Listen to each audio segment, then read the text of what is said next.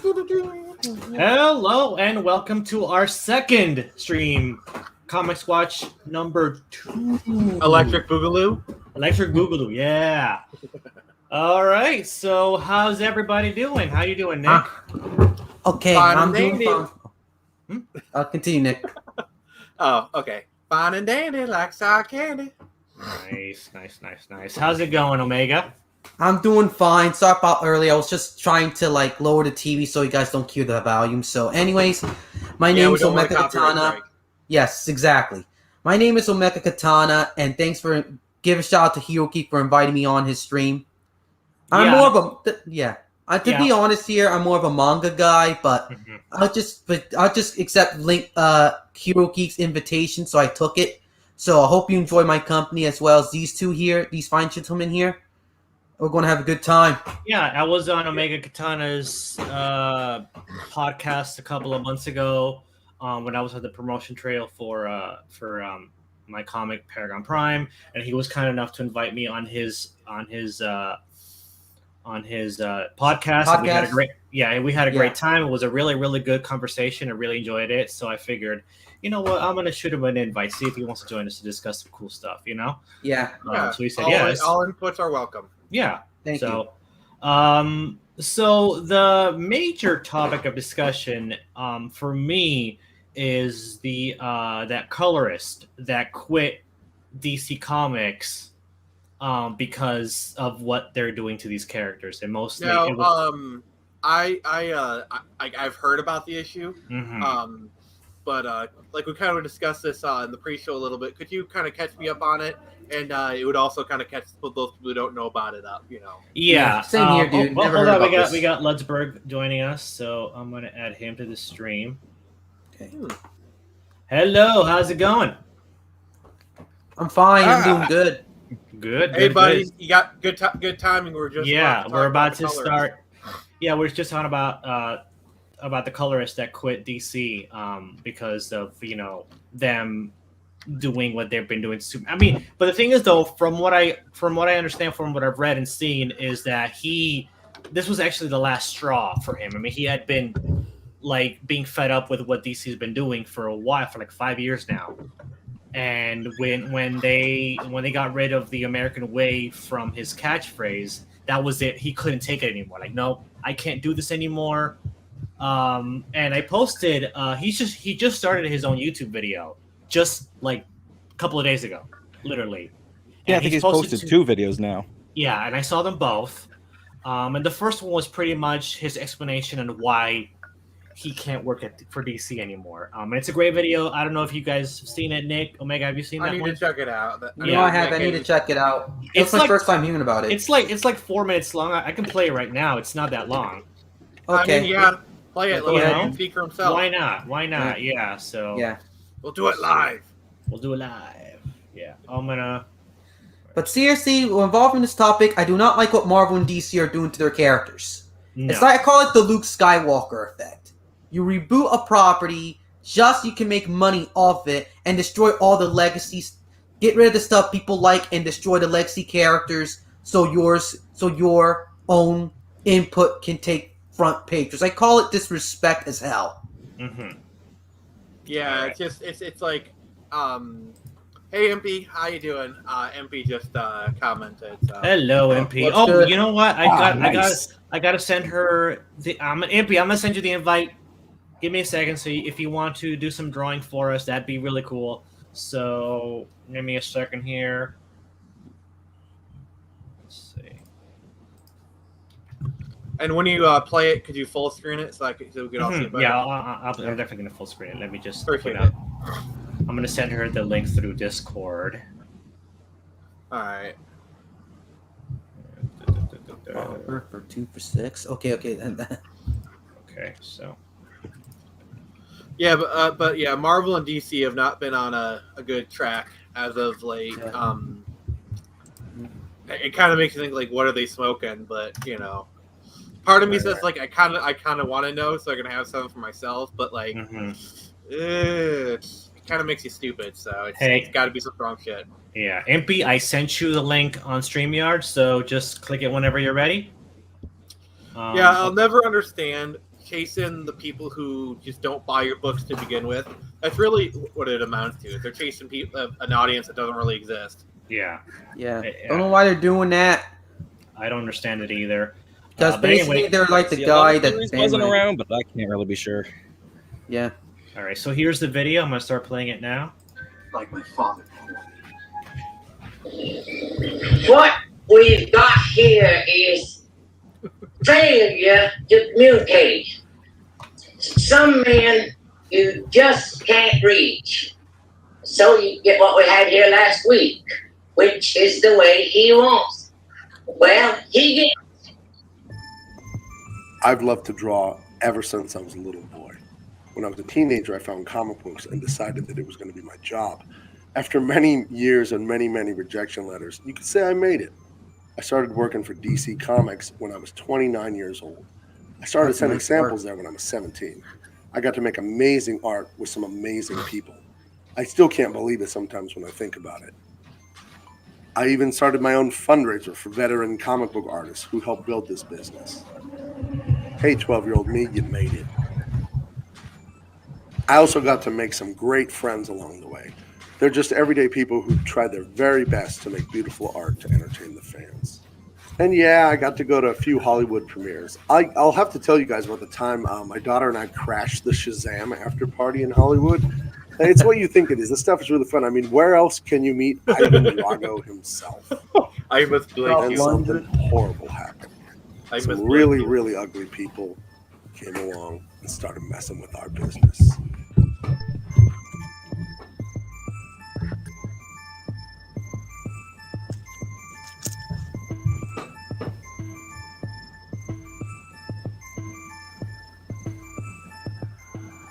This is Tim Duran. I call him Pampy. He's my maternal grandfather. He survived the Great Depression, and after that he got shipped off to go fight in the Pacific and watch his friends' guts spill on the beaches as they fought against Toho's army. This guy right here, friends with this guy. He was the best man I ever knew, and I'm not going to let him down now. Oh, and let's not forget this guy. This guy right here. I've been able to beat up my dad since I was 18. Look at him. And now, look into those eyes.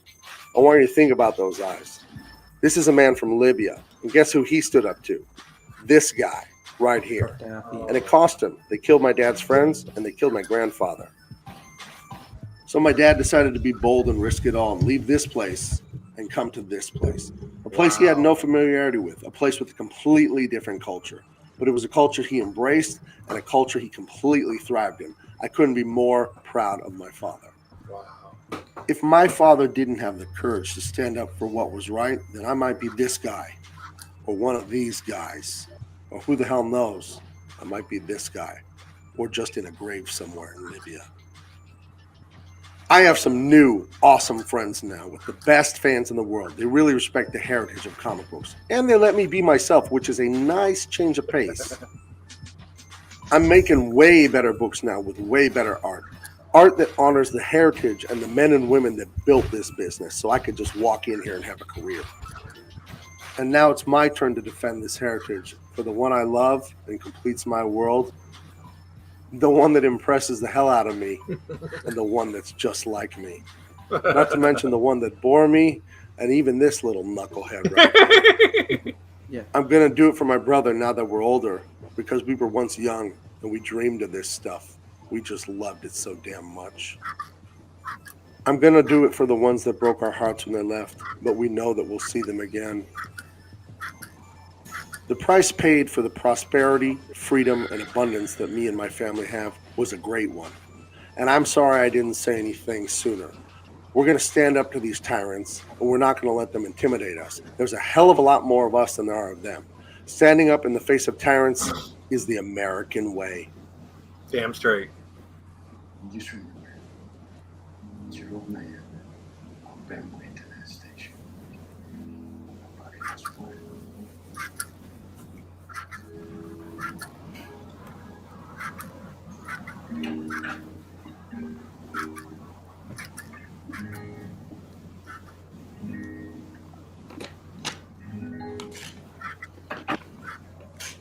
Yeah, but that's...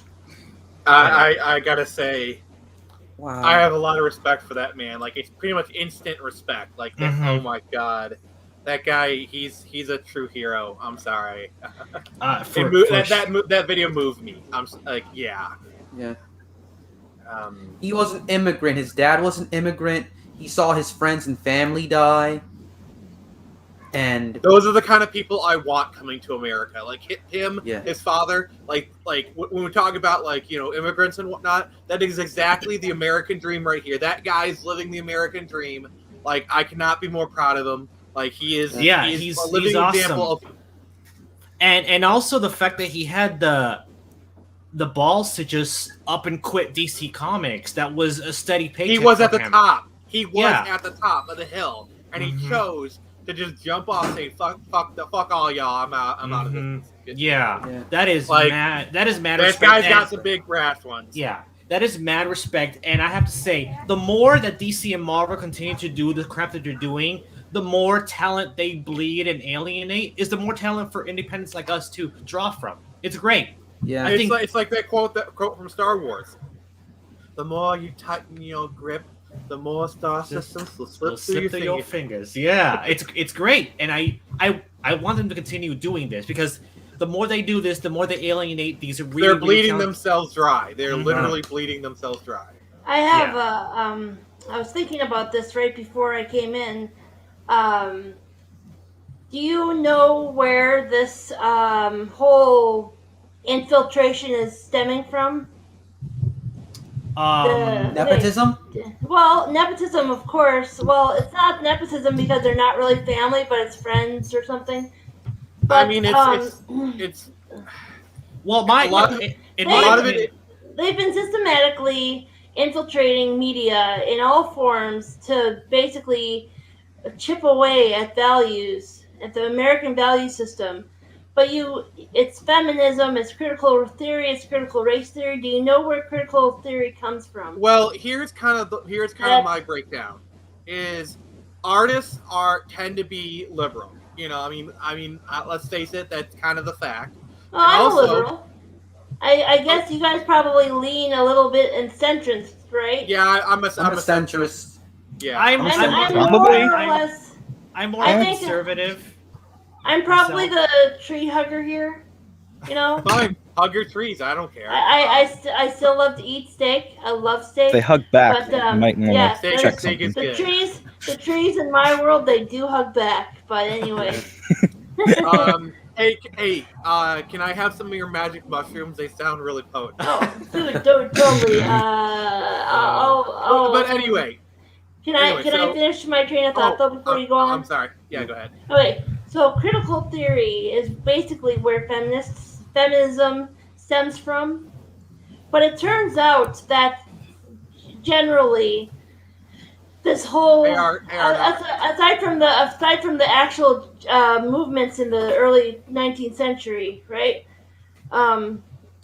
The current state of feminism stems from critical theory, critical race theory, which all stems from a bunch of Marxists called the Frankfurt School back in the 50s. Yeah, who basically infiltrated the colleges. The colleges, yes. Yeah, I've seen a couple of videos about this on YouTube. So yeah, I did hear. Yeah, to kind of build off what Impy is saying, what we're seeing is really the culmination of decades worth of work. Like a lot of the communist people. Communists have been in Hollywood as early as like the 1930s and 1950s. Razor Fist actually has a really good video about this. The Rageaholic. He actually had a video about like the communists in the 50s. But like the communists, they've been in the colleges since like the 60s and the 70s, and at this point they've taught at least 3 generations of people.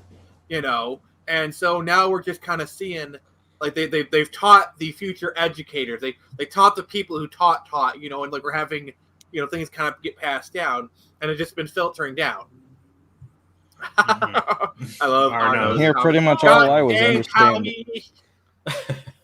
Goddamn communists! They read and they spread everywhere.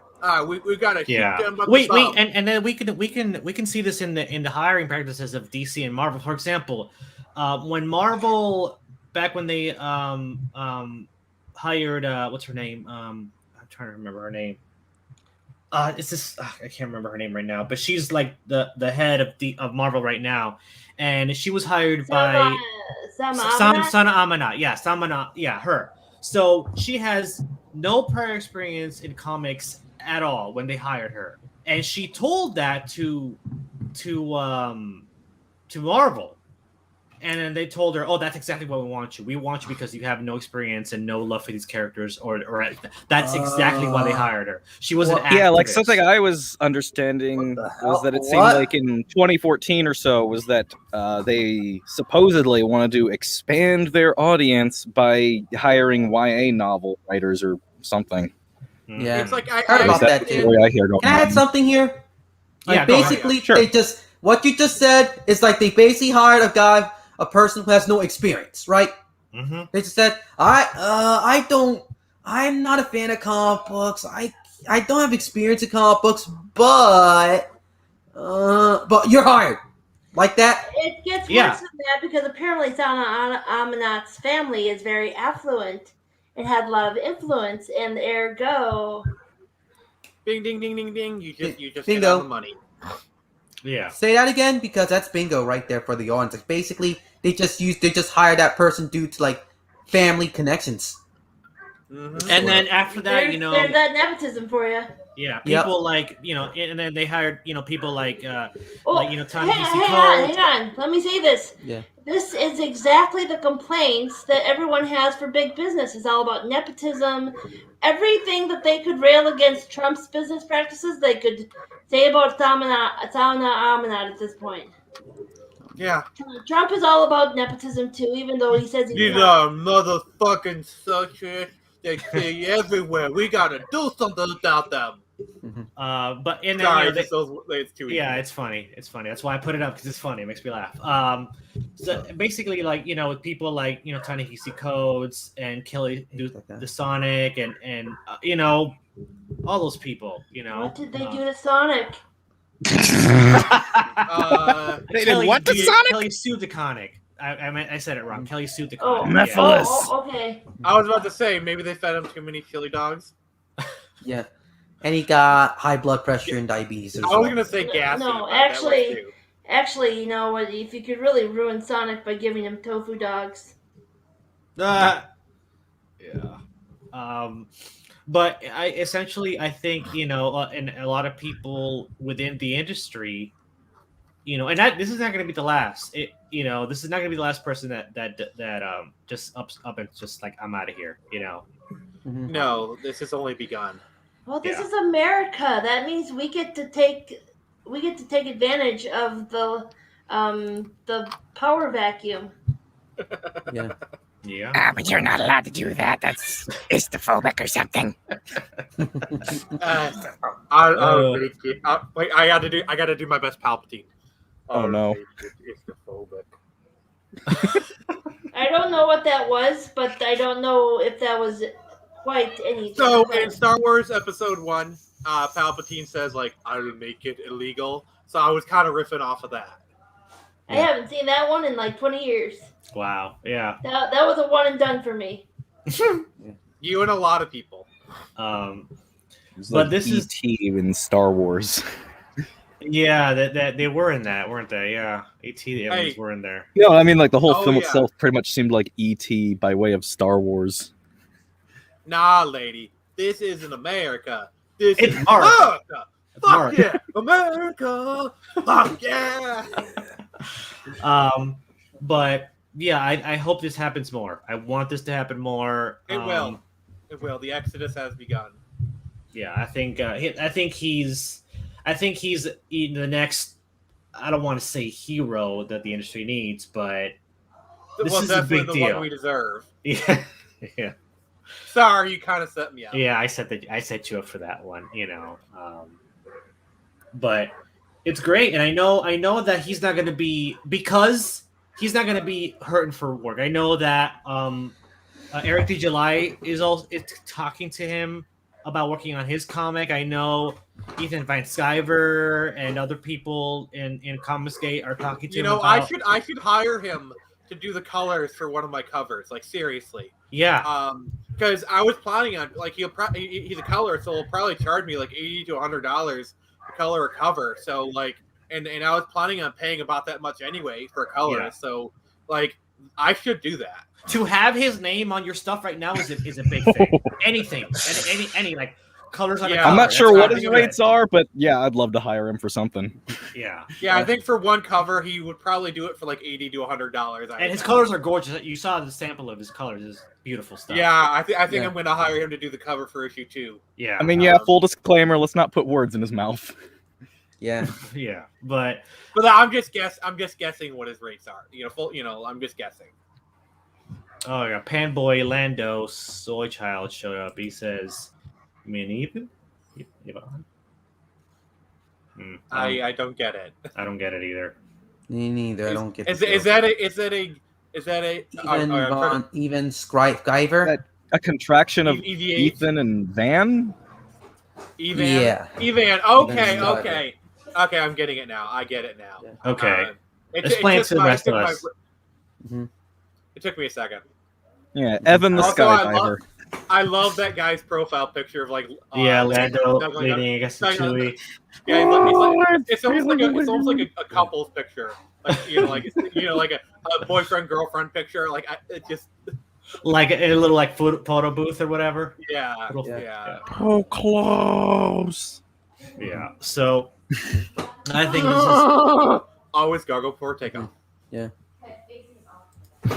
He ceased to be Ethan when he sold out CG. Ooh, okay. Oh, that's a shots fired. Shots fired. Yeah. Those are some shots. I'm staying out of that one. Yeah. Yeah. I want to stay out of the Comix Gate conversation. Yeah, you kind of poked your toes in, and they got scorched a little bit. So I don't blame you. Yeah, I just mentioned Ethan. I didn't. I mean, even mentioning Ethan is a hot topic. Nowadays. Well, to be fair, your sin was bringing in that person into it, and she kind of turned it into a big issue and got 11,000 views and who knows how many super chats out of it. But we're not talking about that. Nope. We're very quickly running away from that topic. Yeah. Yeah. Oh, thank you. Fanboy. That's It's good. so This is only our second live stream, so we're trying. Yes, this is the Electric Boogaloo. Yeah. Electric Boogaloo, yeah. I'm sorry, I No problem. But yeah, so yep. Okay. So yeah, I think this is great. I'm really happy that this is happening more and more and more. I want it to happen more. I would love it if Jim Lee would just say, "Screw it, I'm out of here." But he's too tied in. Like he's literally like the VP. Like he's he's at the top of DC Comics. They've had him chained for at least 10 to 15 years now. For him to leave, that would cause a lot of he's got a lot of legal entanglements. Jeff Johns would be great if he left. Jeff Johns would be awesome if he left. Just DC. Yeah, maybe, but he's also kind of really high up there. Also he's kind of getting involved in movies. Yeah, but could you imagine if high profile people like Jim Lee and Jeff Johns if they had the last straw moment and they just said screw this? It would be nice, but again, I'm going to say there's too much money at stake. No, I understand. I understand, but try to imagine what DC would have to get them to do that. A fucking lot. Yeah. And it would be a very oh shit moment, kind of along the lines of when Stan Lee left DC left Marvel in the 90s. I brought that up. I don't know if I brought that up early. Okay, that was a pre-show, but but yeah, it would literally be that level almost. Yeah. Not quite, I don't know. I don't know. I got the feeling they'd just be like, who? I don't know. Maybe, Most modern people don't know who Jim Lee is, despite him being really influential in the comics ever since the 90s. Yeah, that's fair. Well, yeah, I mean, that's what Arno brings up a good point. Jim Lee from Legend. The thing is, though, most of the creators and people that I used to admire or look up to at one point are pretty much all sellouts right at this point. I mean, Rob Liefeld, basically, he just He's like, hey, I created Deadpool, give me money. You know, that's basically his entire career right now. I'm talking about people like, Jim Lee, Larry Hama, Eric Larson, Neil Gaiman, Bruce Timm, Paul Dini. To some extent, Todd McFarlane kind of sold out too, in my opinion. Yeah, he just made some that of this one I comment. haven't heard of. Yeah. So, I mean, and, Greg Weisman is one that I used to admire a lot. Greg Weisman. He's like, he pretty much created all the good shows in like the 90s and 2000s, like Gargoyles. He was heavily involved in Spectacular Spider-Man, which is my favorite Spider-Man. Young Justice. Ever. He was involved in 90s Spider-Man favorite. But then he just like in season 3 of Young Justice, he went super woke with that. And to the point where, like, what Bruce Timm is saying with what's gonna be the next Batman show. Cool. We got Dave Brink joining us. How's it going, Dave? Welcome. Hello. I thought you were. Did you just finish your stream, Dave? I think he just finished because he was on the stream just now. Yeah. But yeah, pretty much. And I hear almost every day, like a new creator that I used to like just sold out. Like, oh well. Okay. Do you suppose that they are actually having their arms twisted, or do you think it's genuine? I don't know. The well has been poisoned, and they've been taking the poison apple from a. Part of me wants the hopeful person in me wants to think they're just playing the Hollywood game, like they're just trying to say what people. Wait, who's? Excuse me. Oh, it's okay. Like part of me wants to think like, okay, they're just playing the Hollywood game. They're saying what people want to hear, so people will like them and support their projects. That's what I want to think, but the cynic Who in wants me to is hear like, this? No one. The people who I guess the people who write who do the paychecks and also the people who don't support the thing anyway. Yeah. Hey, but honestly, in my heart, I kind of agree with Arno where he said genuine is genuine. Like in my heart, I kind of know that for sure. That they really do believe this far left stuff. As much as I want to believe they're just playing the game, I'm more leaning towards it's genuine. Yeah. I feel like people can kind of slowly be transition into that direction. The corruption has begun. And there's also just going with the herd, Yeah, that's kind of or like I was saying, like I feel like they're just saying this for the people who they're saying what people want to hear, kind of thing. Because herd mentality is a thing, and Hollywood is very much a herd. Like it's like Hollywood is very much kind of like an inclusive group, and the people want to stay inside that group. It gets worse because that human beings are basically hominids, right? Yeah, we're meant to be in tribes.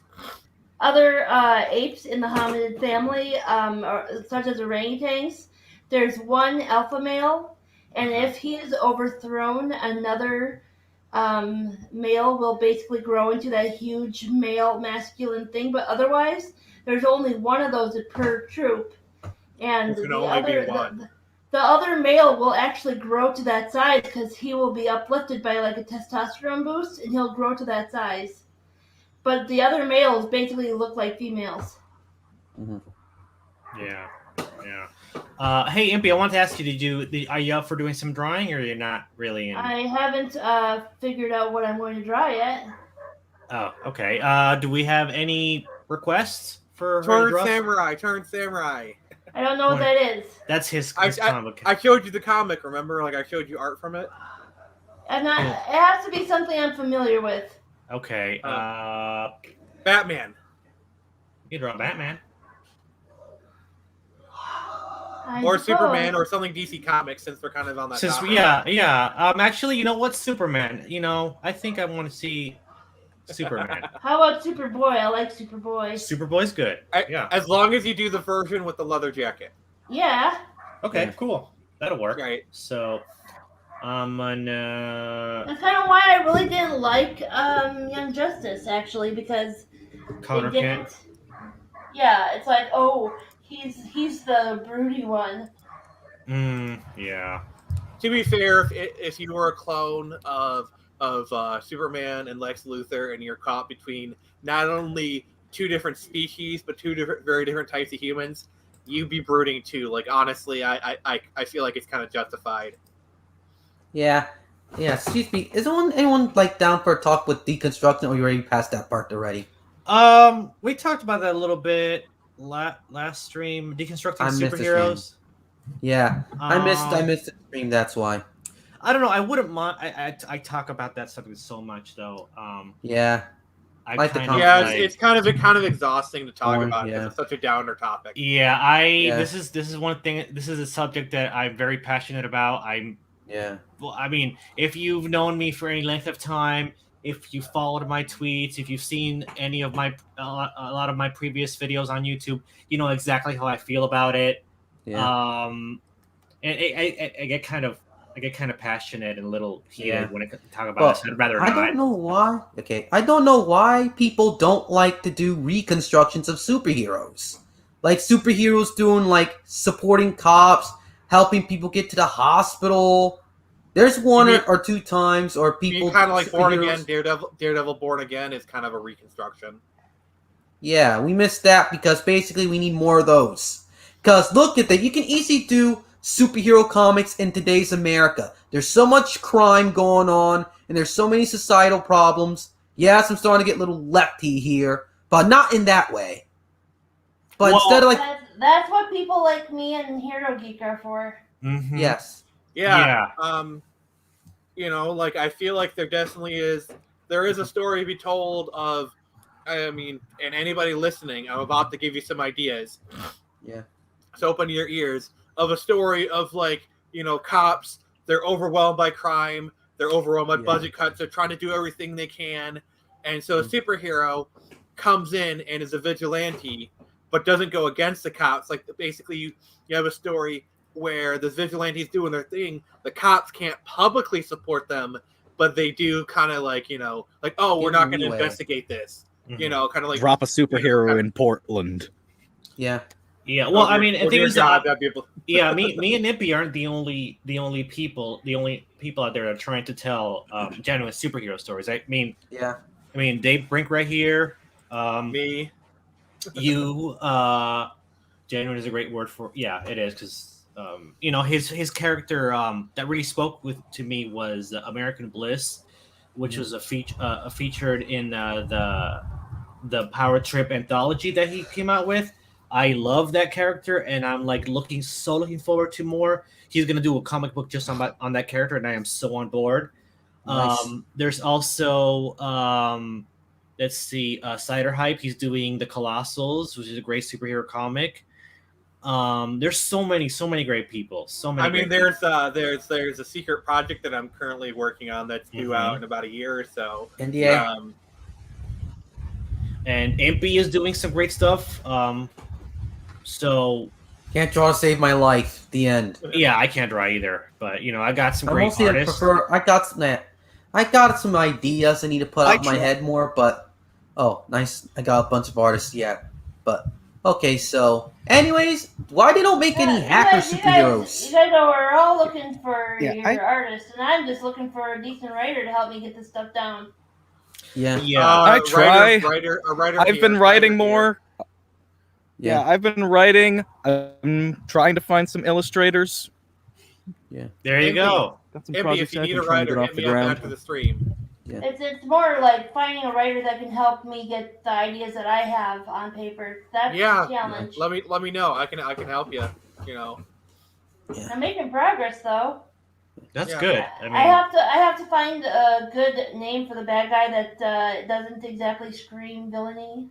What's the personality of the bad guy? Like, kind of tell me about it. You know the bad guy from Promare? From where? Oh, you mean those guys that actually they had that Messiah? I call it the Messiah complex. That's what it is. It's Yeah. literally the bad guy from Promare. I'm not even Yeah. joking. Wait, what is this? What is this? Pro Bear? I've never. It's this anime series by Trigger that's like with firefighters. It's like imagine Fire Force the anime gone Gurren Lagann. That's what it is. And then this character, what does he do? Like, what's his position? He's a front.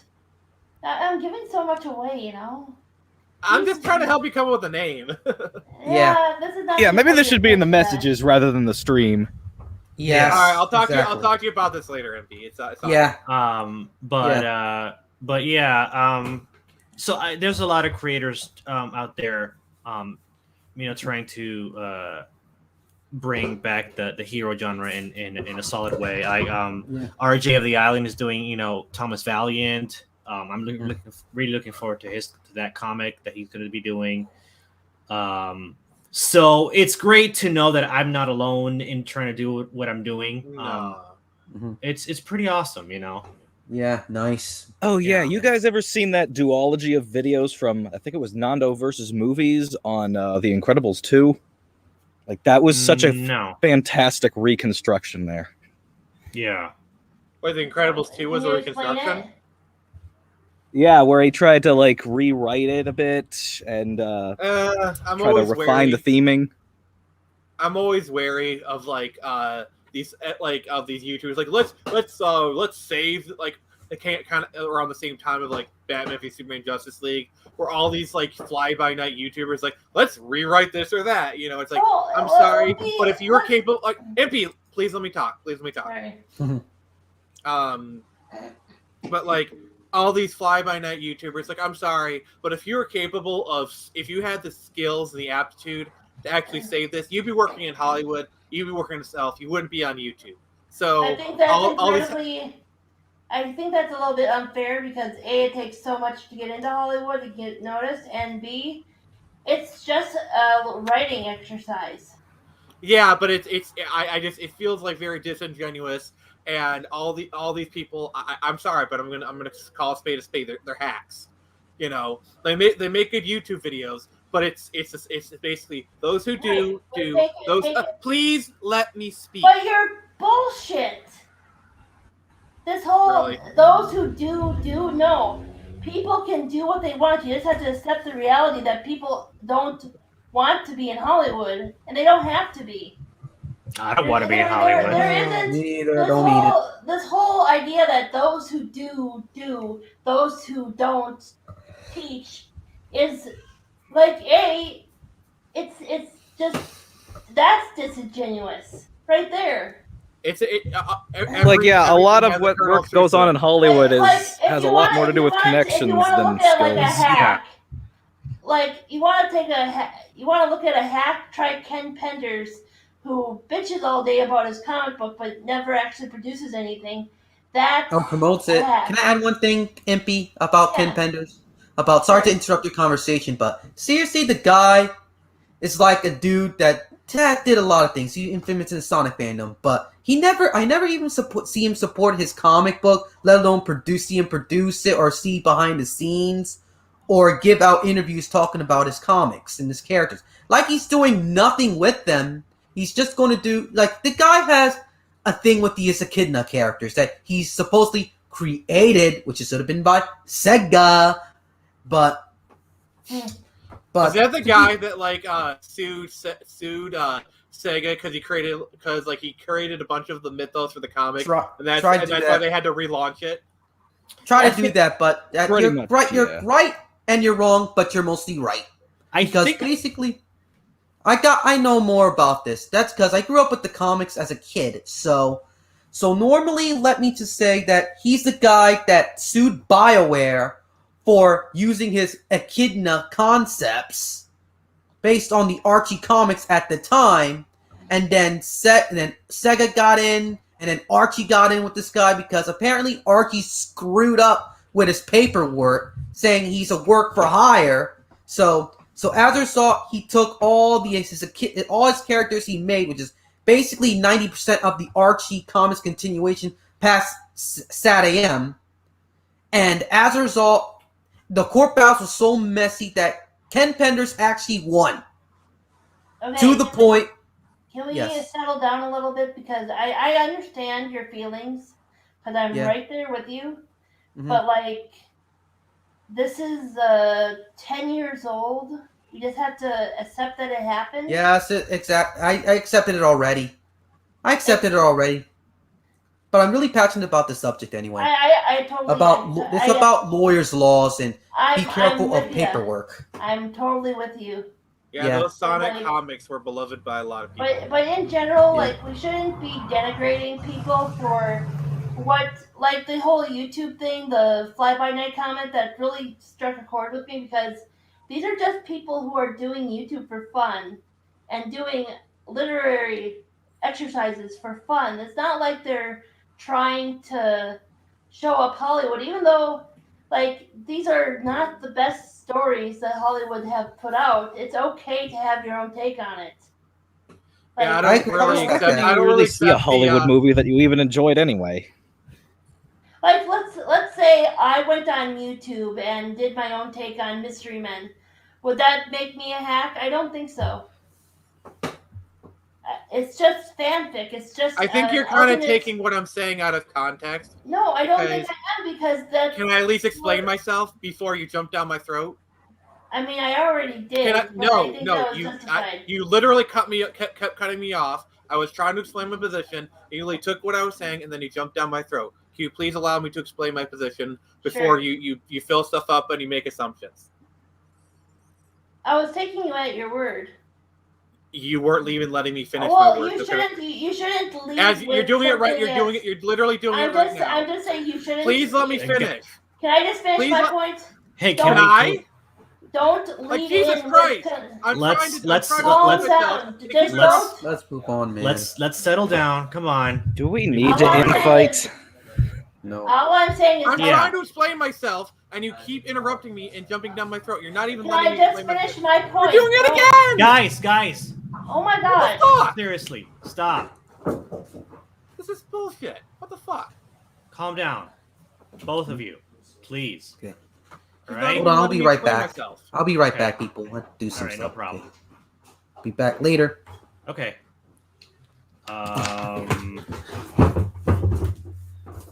Yeah. Yeah. We I wasn't good? even allowed to explain I wasn't even allowed to explain my position, and she just kept interrupting and shoving in my throat and filling in the blanks. So I wasn't even allowed to explain myself. So, and every time I was trying to talk, she kept doing it. So, honestly, Right. So I don't know do what to say. defend myself here. I mean, do I get to defend? Do I get to defend All right. myself? Here. Okay. Of So. course you do, but I wanted to No, say according to you, I don't, because every time I try to defend myself, you jump down my throat. I was you're trying to let not you speak. letting me speak at all. Hold on. I let you Wait. That's the Wait. point. Can I just finish what I was going to say? Don't leave. Can in I? negative- Can I? Hold Don't on. Can I finish what I'm saying? Wait. Hold on. If you don't settle down, I'm gonna kick both of you out. Seriously. Okay. That's fair. What's gonna happen is I'm gonna give each of you a chance to defend to present your position, and the No, other let's person. just move on. Let's just move on. You think that would be better? I think Okay. this would be better. Okay. We're moving on. We're dropping the subject. We're not talking about it after this. Okay. Thank All right. God. Are you good, Nick? With that, and Yeah. Impy, are you good? Yeah. All right. Wow. Okay, so let's see. I don't know. So Genuine said here he loves Invincible. If to judge it on its own, I suppose not an extension of the darker superhero trope. I don't really think it's dark either, but it is brutal at times. Now, my opinion, I think my opinion on Invincible has been pretty well documented on Twitter and whatnot. I kind of don't like it. I've read the original comics, or at least the first volume of it back years ago. And the story wasn't bad. I was just really, really disturbed by the violence and the gore in it. That really just it bothered me a lot. I haven't really experienced it myself, but like I feel like there is a kind of a space for like dark and gritty comics. But at the same time, we're kind of getting a repeat of the late 2000s where everything was grimdark and it kind of became almost comical to a degree. The ironic thing about Invincible is that aside from the gratuitous violence, it's actually a pretty traditional superhero story. It's just that Robert Kirkman just infused it with with um with a lot of like really intense, brutal violence and gore, and that really turned me off to it. I mean, because otherwise, I think if it hadn't been for that, I might have enjoyed Invincible more than I did. Yeah, You know? the thing that kind of turned me off about it was it has a very cliche trope of what if Superman was bad? You know, Yeah. like it's just Yeah, used so. but they really did it first. Sorry. Well, no, Superman did it first. I mean, look at The Boys. You know, with Homelander, he's very much like if Superman was bad trope goes back decades. Like there's been a lot of Brightburn is literally a horror movie about a kid who has like Superman-like powers. Like obviously Homelander is an evil Superman. There's plenty of like evil Superman type characters. I mean, hell, Superman himself has gone evil. You know, the Injustice universe is literally what if Superman turned evil. The new Suicide Squad kills the Justice League is that too. The new video game coming out. It's Suicide Squad kills the Justice League. It's basically about Superman too. It's just for me, I feel like that trope is kind of played out. Like it's kind of a very cliche. It's very kind of like a low hanging fruit kind of storytelling trope, and I'm just it's been overplayed and overdone, and I just rather people not do it. Yeah, I'm not a regarding Go on. Yeah, regarding Invincible and gore, like how do I put this? I guess it's pretty much just all aesthetic for me. Doesn't really point the tone in one direction or the other that strongly for me. It's neither a selling point nor a drawback for me. It's just a thing. Well, to me it is a drawback because I see the way that the artist and the way the story is told, and then you get this extreme gore, and it just really throws me off. I don't know. It seems like a bit the opposite to me sometimes, because like if it's really all that much more dire, then that makes the Invincible, the characters' optimism and perseverance just a little stronger, I suppose. Yeah, I could see that. I guess. Yeah, maybe it's just you're a person who's not okay. MP saying something. Like he comes off more genuine if the stakes are more genuine. If Mark hadn't been the way he was, I would not have enjoyed it as much as I did. Right, and I've been told that the story is really, really good, but I mean, personally, I can't get past the excessive violence. And then maybe it's just not to your taste. Maybe it's not a matter of it being objectively bad. Maybe it's just more of a matter of it's not what you like. It's not to your liking, not to your taste, and that's perfectly fine. If something's not to your taste, that's fine. Doesn't make something objectively I bad. never said it was objectively bad. Well, I'm just trying to like kind of find some. And like for me, the violence doesn't really make any more of a difference than the color of Invincible's costume. I think my personal I have my personal belief on it is that in my opinion, I don't know that the superhero genre, just with that level of violence, just for me doesn't mix. For me, it doesn't mix. For me, it just. It's a contradiction in my opinion. Then that's perfectly fine. That's your taste, and that's completely fine. There's nothing really wrong with that. Like we all have our own. Well, the thing is though, like I'm fine with that level of violence. Got violence in other things like horror movies or like Conan comic books and things like that. That's fine. I'm fine. 300. Doom and 300, and I love the Resident Evil games, and I'm fine with that. But for some reason, superhero stuff is just where I'm very vehement. That's where you draw the line. That's where I draw the line. That's where That's your line. Yeah. I get a little grumpy with people who are very hard, like sci-fi, and they basically say you can't do sci-fi unless it's like realistic and. Oh fuck that. Yeah. And I dealt with people, when I was playing Champions Online and I was being a geeky role player on it, I had this guy who was really deep into Worm, and Worm's one of those superhero genres that is kind of in the same genre of Invincible, like hyper realistic violence and stuff. Okay. As far as I'm aware. And it just rubs me the wrong way sometimes. But Invincible kind of softens that with the main character, I think. Yeah. Yeah, I guess that kind of reminds me of when I remember seeing someone trying to argue that something cannot count towards the slice of life genre if there's the slightest fantasy or sci-fi element in it. I mean, honestly, I'd love to see a slice of life anime about like a shopkeeper and the heroes are trying, whatever, like that sounds actually kind of interesting. What you want to do is play the game Recetier. That's it. There's a video game of that little indie game, Recetier, an item shop's tale. I gotta give a shout out to Dave from Genuine Comics here. This comment made me laugh, but actually, I remember genuine. There you have me. But with Dave, I had contacted him on Twitter a while ago, telling him that I was interested in his Perfect 10 comic, but then I saw that he said, "Oh well, it's a little gory, it's a little violent, it might not be for you." And he was really, really cool about it. Where a lot of people wouldn't have been as cool as he was, and that's why me and Dave became buddies on Twitter. And he turned me on to this power trip thing, right? And so he went ahead and sent me his power trip comic, and I really responded to his American Bliss character. It's a character that is everything I love about superheroes, and he introduced in a short story in an anthology comic, and to the point where like I am like so on board with this character and this comic. Did you like it because the character felt genuine? I'm sorry, but I'm gonna keep. This is a bit that I'm gonna continue. All right. Oh, I got a character for you then. All right. Genuine. Oh, there you go. Genuine. Is it Jen? Is it like Jen, you, Anne, as like that's their full name? Yeah. That's actually pretty clever. Yeah. I like it.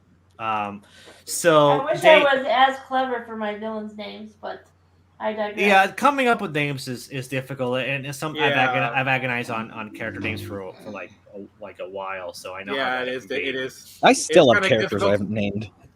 And it really is difficult to create genuine names. Oh my god, are you gonna stop? Are you gonna stop? Are you asking me to? Yes, please. Yes, okay. please. I remember I used to carry around some book of like baby names for a while because I just needed to name so many characters.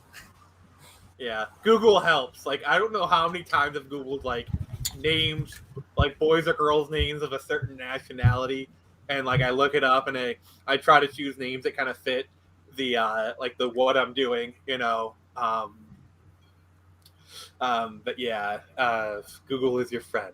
Yeah. No, I think it should be spelled with a G, because you could say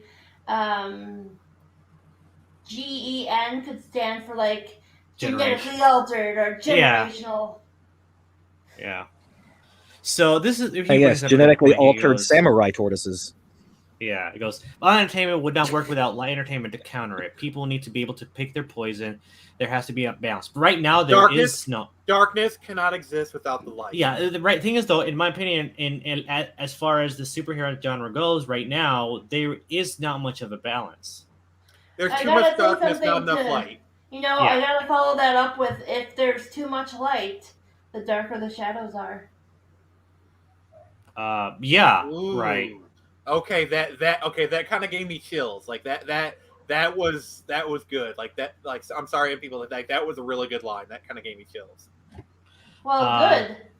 But so right now there's no, well, you know what? There's one show out of the couple that there's Superman and Lois. Yeah, I bring that up a lot. But that's about the only one. That's about the only one.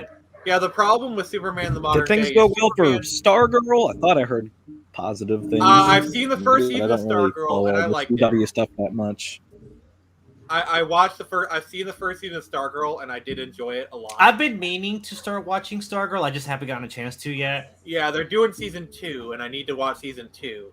But I enjoyed season 1. Like it was originally meant to be a DCverse show.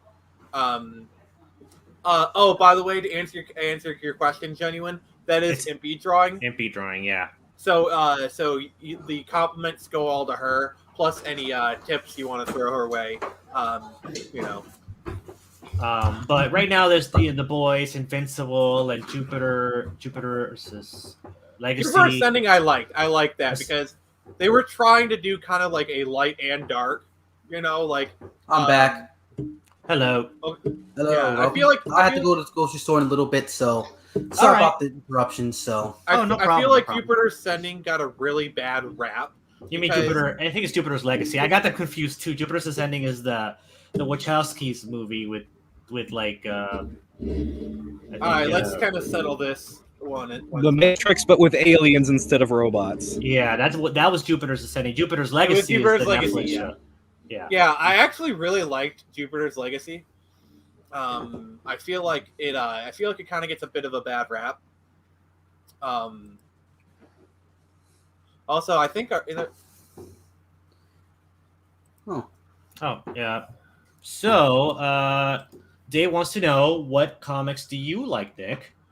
Well, for me, I do kind of enjoy a balance. Like, I'm more of a DC guy. Like, Batman, Nightwing is my favorite superhero. I'm a big Teen Titans fan.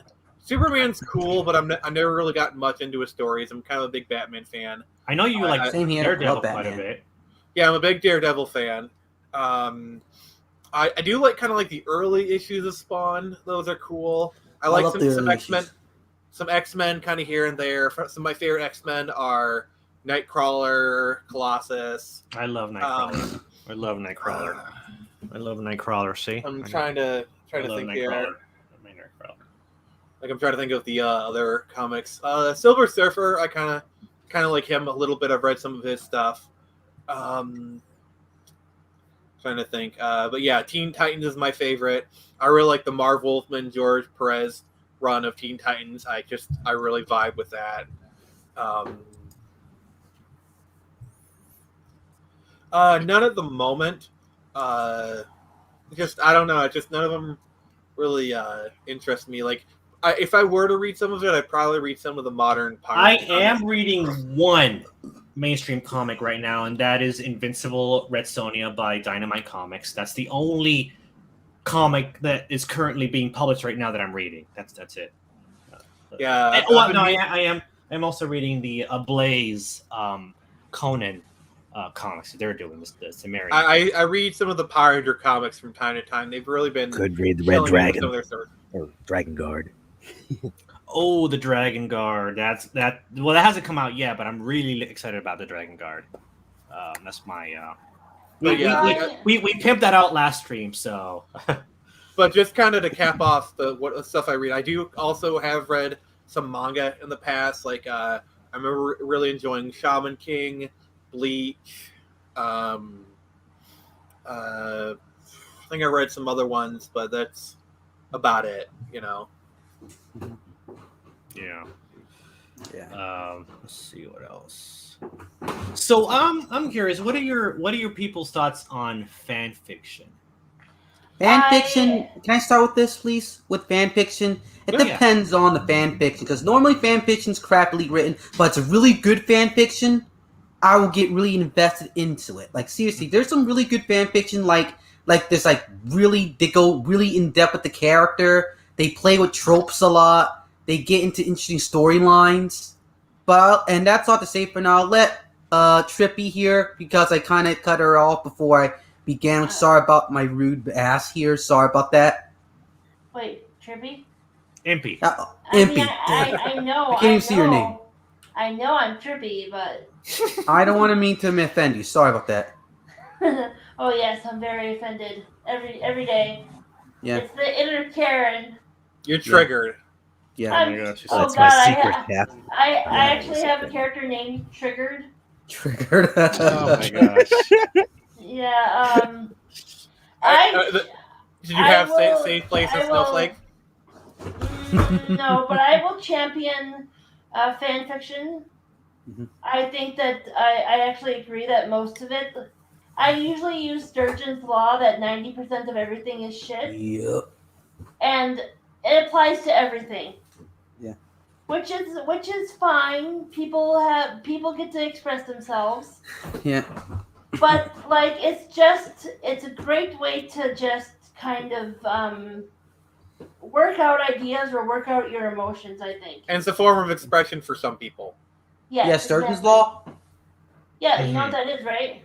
Yes, where 99% is garbage. Right. Yeah. So go ahead and direct your attention to my screen. Is it Tigger? This is triggered. Triggered. Oh, That's my clever. God, That's clever. I love it. Yeah. So as far as for me, like I don't really read fan fiction. I kind of did in the past. In fact, I wrote one, and it's still on fanfiction.net. It's a Matrix fan fiction. That's all I'm going to say. If you want to try and dig it up, you're more than welcome to. It's from 2006, but it's very bad. It's okay. I wrote a Star Trek Voyager's Legion of Superheroes fan fiction years ago. Oh, that sounds interesting. Mm-hmm. It's not great. I wrote myself into a corner. Mm-hmm. I tried to figure out how to actually explain why they're there. Time Trapper came into the picture. Probably Q. Maybe I steal a note from DC Comics and use Vandal Savage instead. Who knows? Mm-hmm. I mean, the Legion doesn't involve Time Travel a lot. Then about 5 years later, I find out that they actually did Star Trek meets Legion of Superheroes. They did, yeah. And really? Jeffrey Moy, the Moy brothers worked on it, and they're local here, so. I want to see a Doctor Who Back to the Future crossover comic so fucking bad. Like, I just can imagine, like, the DeLorean just materializing in front of the TARDIS and the TARDIS and whatnot, and, like, I want it to be Matt Smith's Doctor, too, by the way. Well, I just want the David Tennant Doctor to show up here, give me a lottery ticket. So I can... Well, yeah. Yeah. But you'd be like, please let me be your companion. Not really. Yeah. I just want the lottery ticket. My opinion on fan fiction, I think it's fine. But okay, for example, on Twitter, I've gotten like a lot of people DMing me, thinking about what I think about their fan fiction for how they would fix DC, how they would fix Marvel, how they would fix Star Wars, and asking my opinion and asking me to read their fan fiction and sending me these wall of texts and like these like I'm not interested. I'm sorry. I see the amount of effort and thought they put into these things, and I mean personally, I think they're wasting their time. Like, why don't you just put this amount of effort into something original? You know, exactly. That's what I think. I think if they put that much effort into fan fiction, imagine what they could do if they put that effort into something original. Well, I can tell you my only response to that is if they're sending you walls of text, they have to work on their formatting. Mm-hmm. Yeah. Yeah, but also I feel like fan fiction is a good training ground for writers. Like, I feel like it's like, especially for like younger writers, it's a great way to hone your craft. Like, it's a great way to like explore storytelling with something you're passionate about. Because like, I'm a firm believer that you need to be passionate about what you're writing and you get the best possible result. And some of these people, they have these characters they're passionate about, and so they write about it. And the more you write, the better you get. So I feel like fan fiction is a very necessary thing for the development of some writers, and I feel like it needs to exist. Also, I'm just going to say this right now: if you want to write fan fiction about Turn Samurai and Project Axis, go right the fuck ahead, please. I encourage you.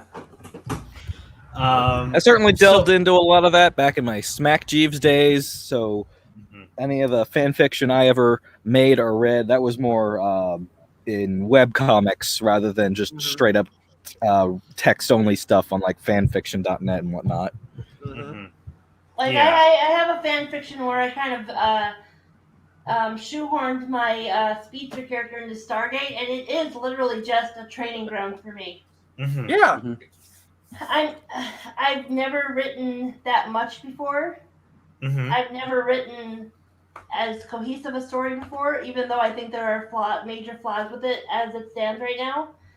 But like, I have the latitude to just go back and say, I'm going to add a chapter here, I'm going to add a chapter here. This is my figuring out how to tell this kind of story. If you're gonna make mistakes, fan fiction is the best place to do it. You know, like if you're gonna make mistakes, the best place to do it is for something that you're not trying to sell, you're not trying to push forward. It's a perfect learning tool for writing. I think it is a completely valid form of self-expression. Yeah, but I don't know. Just like it's a lot of his crap, right? We read a lot of his crap. Most of it is crap. I mean, yeah, but in my opinion, that it doesn't matter because if someone writing a crappy fan fiction, like okay, sure, their first fiction may be shit, the second one less so, and then as they keep working on it by the law of averages, eventually, if they keep plugging away, eventually they'll write something good. And then, lo and behold, congratulations, you now have a good I writer. mean, I'm not gonna lie. I mean, I've thought of like cool stories I would tell with Batman and Superman and Spider-Man. Like, oh, I would tell this story, but I've never written. I've never actually sat down and written a fan fiction story for any of it. I've just like, oh, would be a cool idea. Like, I have an idea of how I would have done Spider-Man 3 instead of what they did with. Yeah, me too. Basically, I think. If we're gonna do if we're gonna do some rewriting of movies, and I'm no way professional on this, but how I would have done it, me being the hack and whatnot, I'm just kind of making light of an early argument of mine. Is basically basically I would have made it into two movies, to where the last scene would have been the church scene, where Spider-Man got rid of the suit and it fell onto Eddie, Basically, that would have been the last scene where you had Eddie Brock, basically the first film, and then he got the suit, and then he roared to the camera, cut to black, and then he did a part 2. Yeah, that would have been good if they want to go stick with Venom. That would have been a good route. I would have completely. I wouldn't have done Venom at all. I would have done. Yeah, you can tell he's kind of shoved in there. Yeah, I would have done Kraven the Hunter and Lizard. This would have been the villains that I would have picked. And the way I would have told the story is, let's say you have everything where Kirk Connor's turning into the Lizard, and then you have Kraven the Hunter finding out that this is lizard creature running around New York City, and he sees it as a hunting challenge. So he goes to New York to hunt down the lizard. And then Spider-Man is caught in the middle of trying to save Kirk Connors while trying to fight him off as the Lizard, and also trying to fight off Kraven the Hunter, who's trying to hunt down the Lizard. I never liked Kraven the Hunter. He's kind of generic. I think he's I heard, I remember hearing the story a while back, like, they were going to change Kraven the Hunter to basically be some guy some black dude from Wakanda. Yeah. So basically, that was, That's even more retarded. Sorry for saying that word, but that's even more dumb. And I don't even like Kraven the Hunter.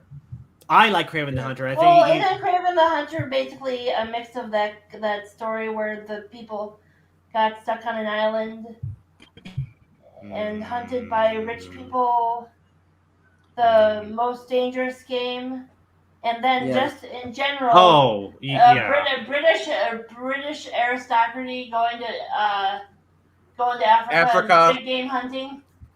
I think it's more the latter than the former. That's my opinion, anyway. I think Kraven. They've done a most dangerous game storyline with him, though.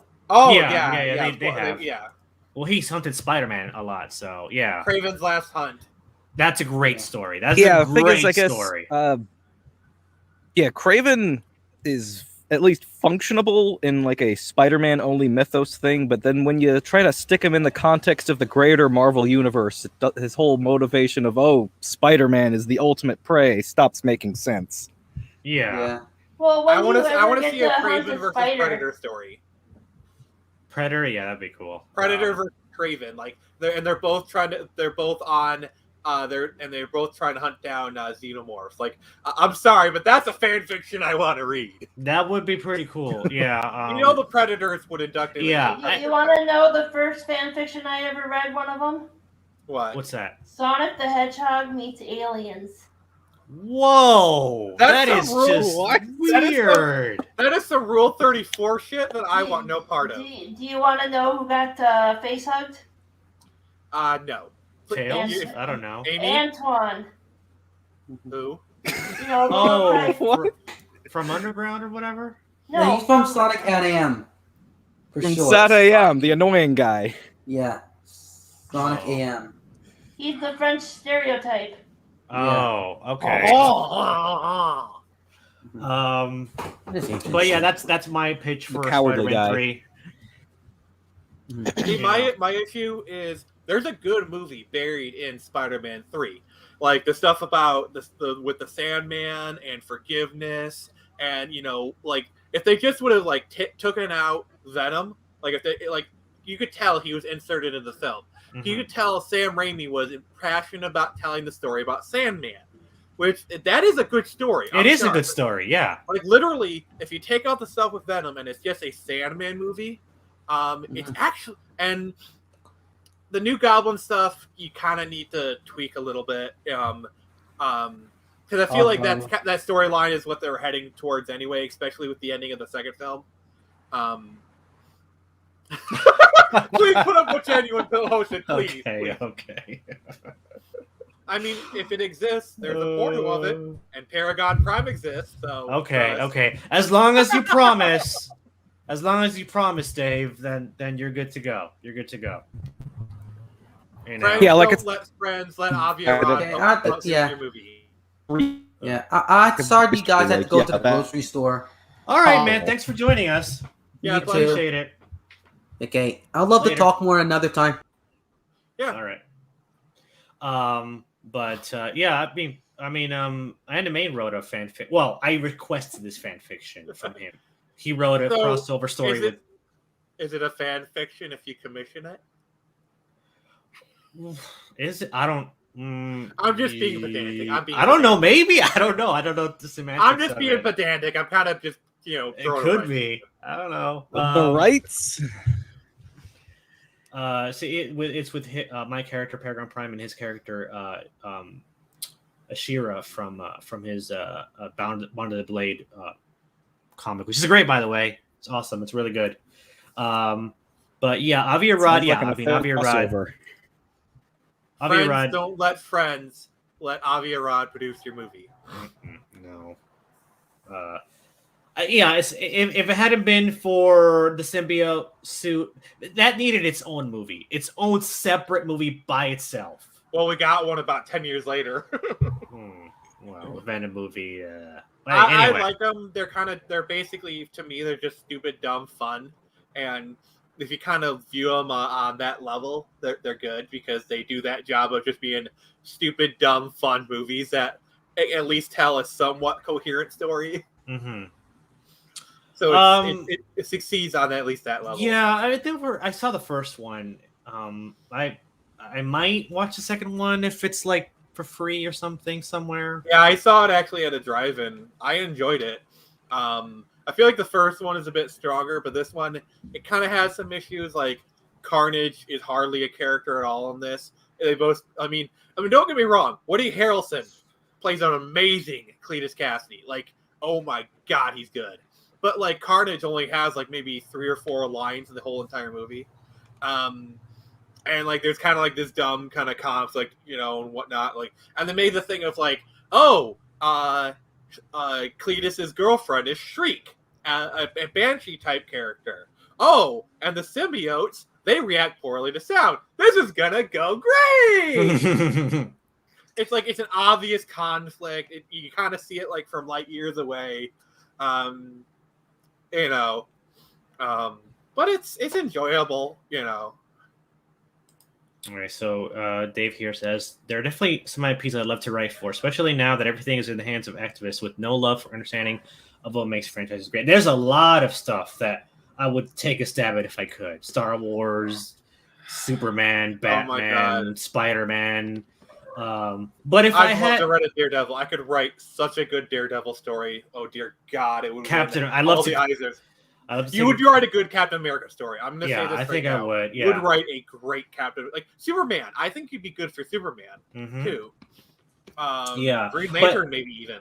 Green Lantern. I would. And the thing is, though, I would probably like. I'd love to do those, but I might pick as my first one like something really obscure. I'd love to write a Ted Kord Blue Beetle story.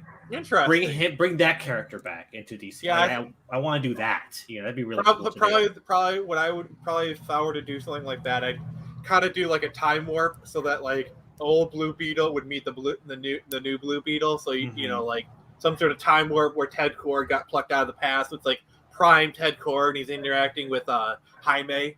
Yeah, and they're kind of teaming up. As much as I'd love to do Spider-Man, I would do maybe Spider Girl, like meaning the daughter of Peter and MJ. I want to write a Ghost Spider story because I'm sorry, but I really dig the way they have like Spider Gwen set up. Like I really love her whole like backstory. Like he's in a rock band. Her Uncle Ben is literally Peter Parker. I actually kind of dig that whole story they created for her. Okay, that Ghost Spider, not the evil interdimensional twin one. No, Spider Gwen that they renamed Ghost Spider, but for some reason, I know there's been more than one Ghost Spider. Well, I think so I wasn't sure which one you were talking about at first. We just need our own Captain America. Thing is though, there is a Gwenpool. I would.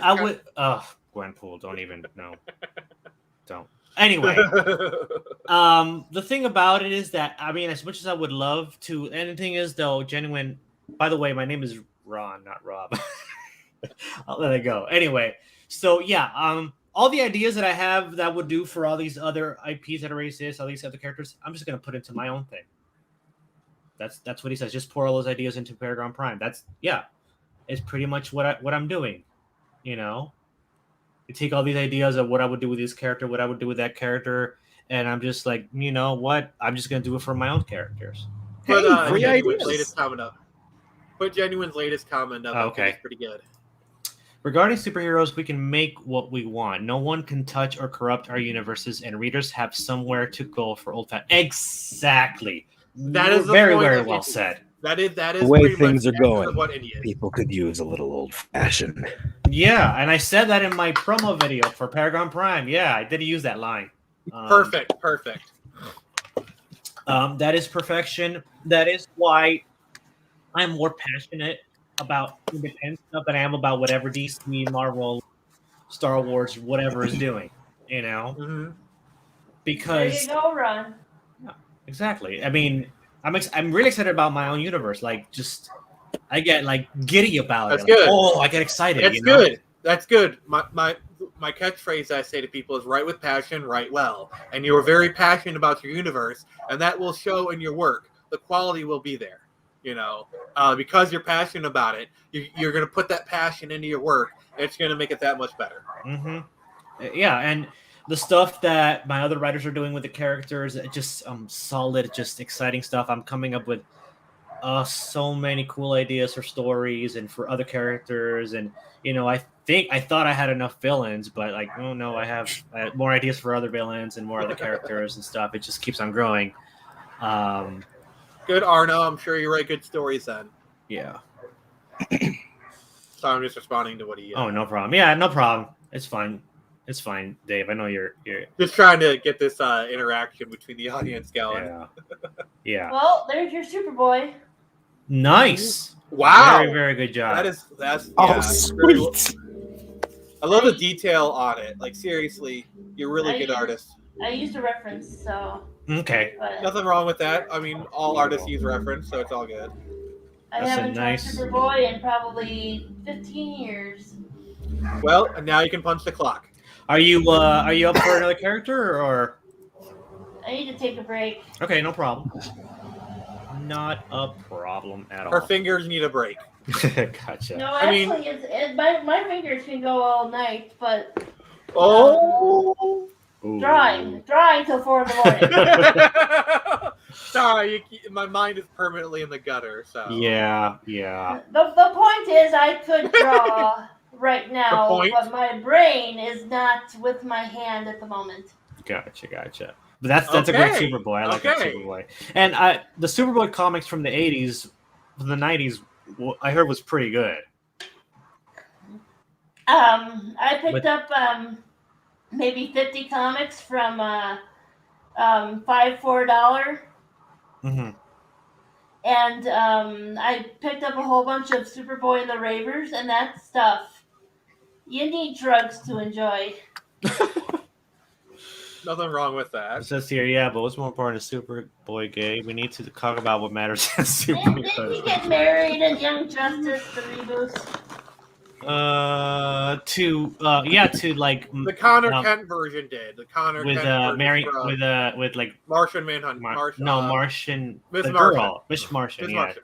He did. McGann. But they made like, whatever Impulse. I've been really trying to avoid the Superboy gay issue because it's the kind of a zero-sum thing for me. Because just You know that they made Robin gay just to ship him with Connor. You know that. Mm-hmm. Yep, that's what they did. I've been trying not to touch this because it's a fucking minefield. All right, then let us not talk about it. Hold on, I gotta say this. They made Tim Drake have Yahweh eyes.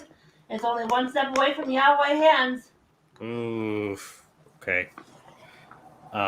Kill me now, please.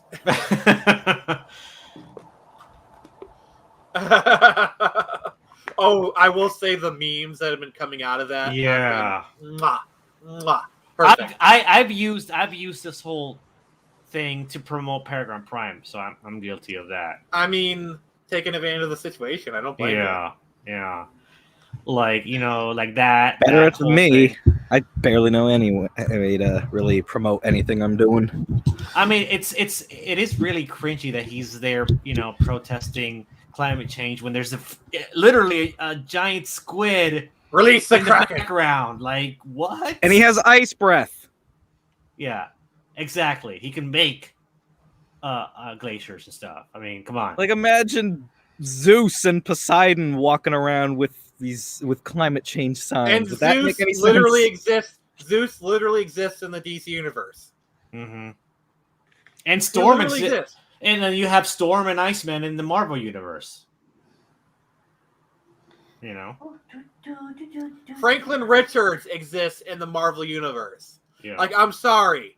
Like, literally, in Marvel universe, you want to fix climate change? Ask Franklin Richards, and he'll fix it literally with just by blinking. Mm-hmm. Like, Franklin Richards is a reality warper. If you wanted to fix climate change, literally just ask Franklin Richards to be like, done. Yeah, that's what really, really matters. Exactly. That's what we want to know. That's why I buy comics. That's why Have you read the story about, like, why Superman shouldn't have sex?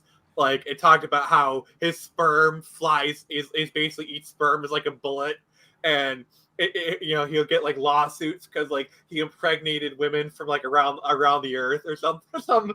It was a really demented story. It wasn't official, but it was just like someone, mm-hmm. like. Well, go ahead. If I were really evil, and I am, so you are. Didn't you tell me, MP, that you drew a version of this with your heroes fighting the Kraken in the background? I was gonna. Oh, okay. My tablet's I've seen a few people doing that right now. Yeah, I saw some people doing great. that. Serious, a kind of character you won't find in the universe. He's far too powerful. It creates problems and limits the story. Yeah, I can see that. I know people have said Superman is like one of the hardest characters to write for because he's so powerful. How do you create a challenge for him? You either have to put him down on a human level. You have to bring kryptonite in to kind of bring him down. Or magic. He is weak to magic. He's not weak against magic. It just he has no defenses immunities against it. So magic affects him like what it would any other human. That's what people don't really understand. Is Black Adam can zap him with his magic lightning, and it'll hurt him, but it'll hurt him about as much as it would any other person. So it's not that he's weak against it; it's just he has no resistances for it. If you get what I'm saying. Mm-hmm. Yeah, like that's a big reason. Is Thor's lightning magical? Mm-hmm. Like I know, like getting hit in the Mjolnir would harm Superman because it's magical. That's why Thor can beat Superman. Let's be honest. Thor could probably beat Superman without too much effort. I have a story for you. All right. A while ago, I said, "Hey, Dad, you know that Jane Foster, the character that Natalie Portman played, she's gonna be Thor now." And then he says, "What's she Thor from?" Well, she was in the comics. Oh, but that doesn't mean it was good. One like literally one of the most infuriating things is where she puts her hammer to Thor and says, "Calm thy tit." It's like blood boiling. So he wants I think to that know. was actually a Photoshop. Arno wants to know, seriously, I'm God. losing my mind here. Who were those kids protesting against if they were protesting on I don't know. I never read I didn't read the comic and I'm not interested in it. Maybe the comic itself would explain it, but I don't have the patience. I don't want to read that comic, so I'm gonna never find out. Maybe the artist is secretly against this shit, so he drew it in a way so it would be mocked, you know, to where the DC artist like, oh, he's protesting. Oh, there's a monster in the background. Okay, whatever. But maybe the artist specifically drew it that way so that it would be mocked and undermine the position. That's my conspiracy theory. Pose law comes in many forms. One of the funniest ones is the kid holding "There is no planet B" when literally DC is a multiverse. Yeah, Earth 2. Yeah, there's multiple Earths in the DC multiverse. In fact, they've had several crises about them, about these several crises on these multiple Earths. Mm-hmm. Yeah. sorry. I had yeah. By the way, Crisis on Infinite Earths is really good. I read that a couple of years ago. It's made by the same guys who did Teen Titans, so of course it is. Mm-hmm. Yeah, George Perez, right? Also, yes, George Perez versions of Wonder Woman. Oh yeah, that his George Perez's Wonder Woman run is brilliant too. I really liked it. I want George Perez to draw a cover for one of my comics at some point. Oh, I would love it. George Perez is one of my favorite artists. Yeah, he's great. So modern creators have forgotten that of course they don't know what escapism is. Everything is political. Oh, that argument, so what do you guys say about them, these modern creators right now saying that comics have always been political? What do you say to that? I want to know. Cake analogy. I've long had this analogy. Well, maybe not that long, but like, yeah, you make a cake, and you mostly follow the recipe, I guess, except that one of the ingredients you just put like 100 times more of that ingredient in, and someone's just like, what is this? This is disgusting. Like, oh, I followed the recipe. It's still the same ingredients that we've always used. Yeah, but you took one of the ingredients and amplified it by 100. It completely overtook it took precedence over all the other ingredients. This isn't what we wanted. Mm-hmm. We've always used these ingredients. Nobody's arguing against the ingredients. You just over-focused on one and made it take precedence over everything else. That's the problem. No, it goes back to what we were talking about earlier, that this is deliberate. Mm-hmm. They have basically trained these people to only see the political because it's critical theory. Critical theory basically is the Karen philosophy. You have to nitpick every little thing, and it's all through the lens of your philosophy, so everything's political. Yeah, and it's like the whole comics have always been political. It's a fucking half-truth disguising a lie. Because what they mean when they say comics have always been political is they're trying to imply that all comics have always been political, which is not the case. Yes, comic art and politics go back to the dawn of time. Like, there's political cartoons in the Roman era, But, so yes, there's always been a bit of politics with art. But on the same token, not all art is political. Because that goes back to telling an artist. Like when an artist literally says, "This piece of art is not political. I just wanted to draw a funny dog," and they're telling you that funny dog is political. That's them telling the artist what their work is, and I don't agree with that. I do not support the whole death of the author bullshit. Okay, to some extent, headcanon and personal interpretations are fine. but an author is the ultimate arbiter of the work. You know, if all right, later, Dave. Thanks for coming on, and thanks for all your amazing input and comments that really kept the conversation going. You were awesome. Yes, appreciate it. Later. Like, you know, if you want to draw a picture of a funny dog, draw a picture of a funny dog. You want to do a comic about a cat that travels through time and shits in the bathroom of world leaders. Okay, go ahead. I want to read that now. A cat through, you know, it's like, Martha, why is there a turd in my bed? We don't have cats. And like, very that just makes me think of The World's End. Very Todd. Like, give it a plot like that. Shit in the bed again. Give it a plot like The World's End, where it just kicks off with a bunch of people trying to go to every bar in town. A good example. Okay, so it's also about subtlety and the way that they told stories. That, for example, Green Arrow, Oliver Queen, is really liberal, and he's always been pretty liberal.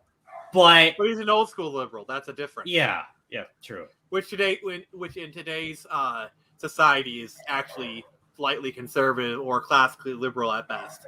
Mm-hmm. Which in the SJW's eyes is conservative anyway. So yeah, anything right of Marx is evil alt-right Nazi. Mm-hmm.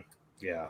So I mean, that whole you guys are right. That whole comics have always been political crap. Is just I mean they have been, but you're right. Look, the cake analogy is a good one. I like that one a lot. The cake recipe analogy is a really good one. That's one of my favorites. So yeah. Yes. Sure.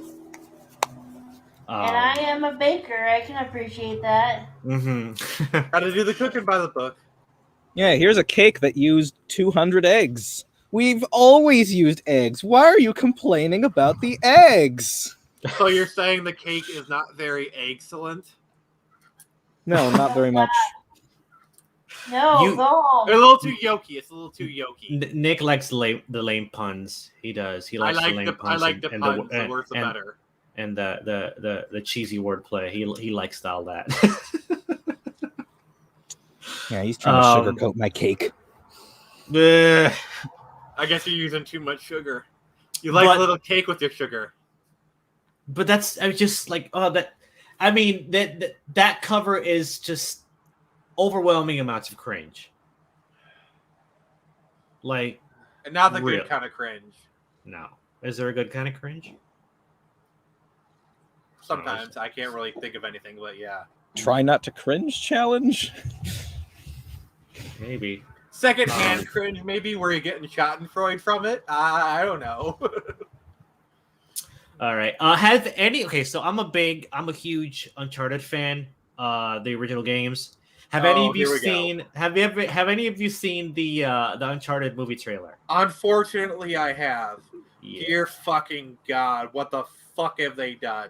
That is not an Uncharted movie. No. That is I'm sorry, but it's a bad fan fiction. Like it's a very expensive but very badly written fan fiction. No, this is a 99%. I wanna try to do something else with that. It's baby's first Uncharted game. So it's Uncharted 1. Uncharted 1. Nope, it's Uncharted for children 3 and up. No wonder they hired Tom Holland. Yeah, they've finally reached peak cutscene ratio. Yeah, it's. Oh, they're doing the video game they've always wanted to. I mean, Christian Fandom Geek is here. Oh, hey, how's it going? Hello. So Christian Fandom Geek is a huge Green Lantern fan because he makes a bunch of videos about Green Lantern. I'm a Green Lantern fan myself. Oh, please put Arno's comment on there. It's gold. Looks charted. That's funny. Uncharted.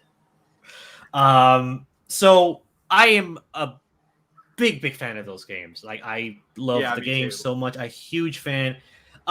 When I found out they were making a movie, I was never on board with the movie. Like, there's no point in making a movie. The games are movies. You don't need unless you got Nathan Fillion to play. Unless you got Nathan Fillion to play. I'm sorry, but that Nathan fan Drake. film, that is a movie to me. That is a 20-minute movie, Uncharted movie. Yeah. That is like, I'm sorry, that was so on point. That was so spot on. And yes, the guy that got to play Sully was my fan casting. Like he was Sully. You know what? I kind of want to ask Impy. Let me ask you a question. What do you think the actor who played Shepard on Stargate Atlantis? What do you think he would have made a good Nathan Drake? I think he would have. Yes. Yeah. Not now.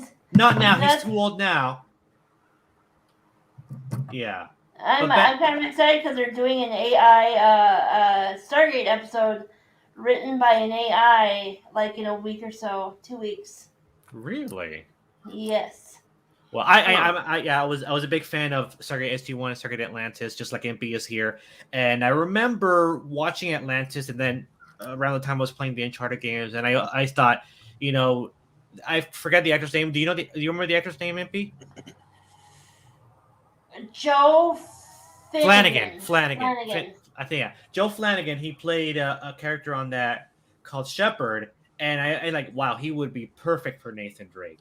The only thing I know about Stargate Atlantis is it had Robert Picardo, which was the Doctor on Voyager, that Jason Momoa, Aquaman, and they had Jewel Staite, who played my favorite character, Kaylee from Firefly. Yeah, they were all on the show. So he would have made a good Nathan Drake. Tom Holland, just so much no. That's why I call it Baby's First Uncharted game. I mean, even if you look at like I think it's like, which one had the young Nathan Drake sequence? Was it Uncharted 2 or 3?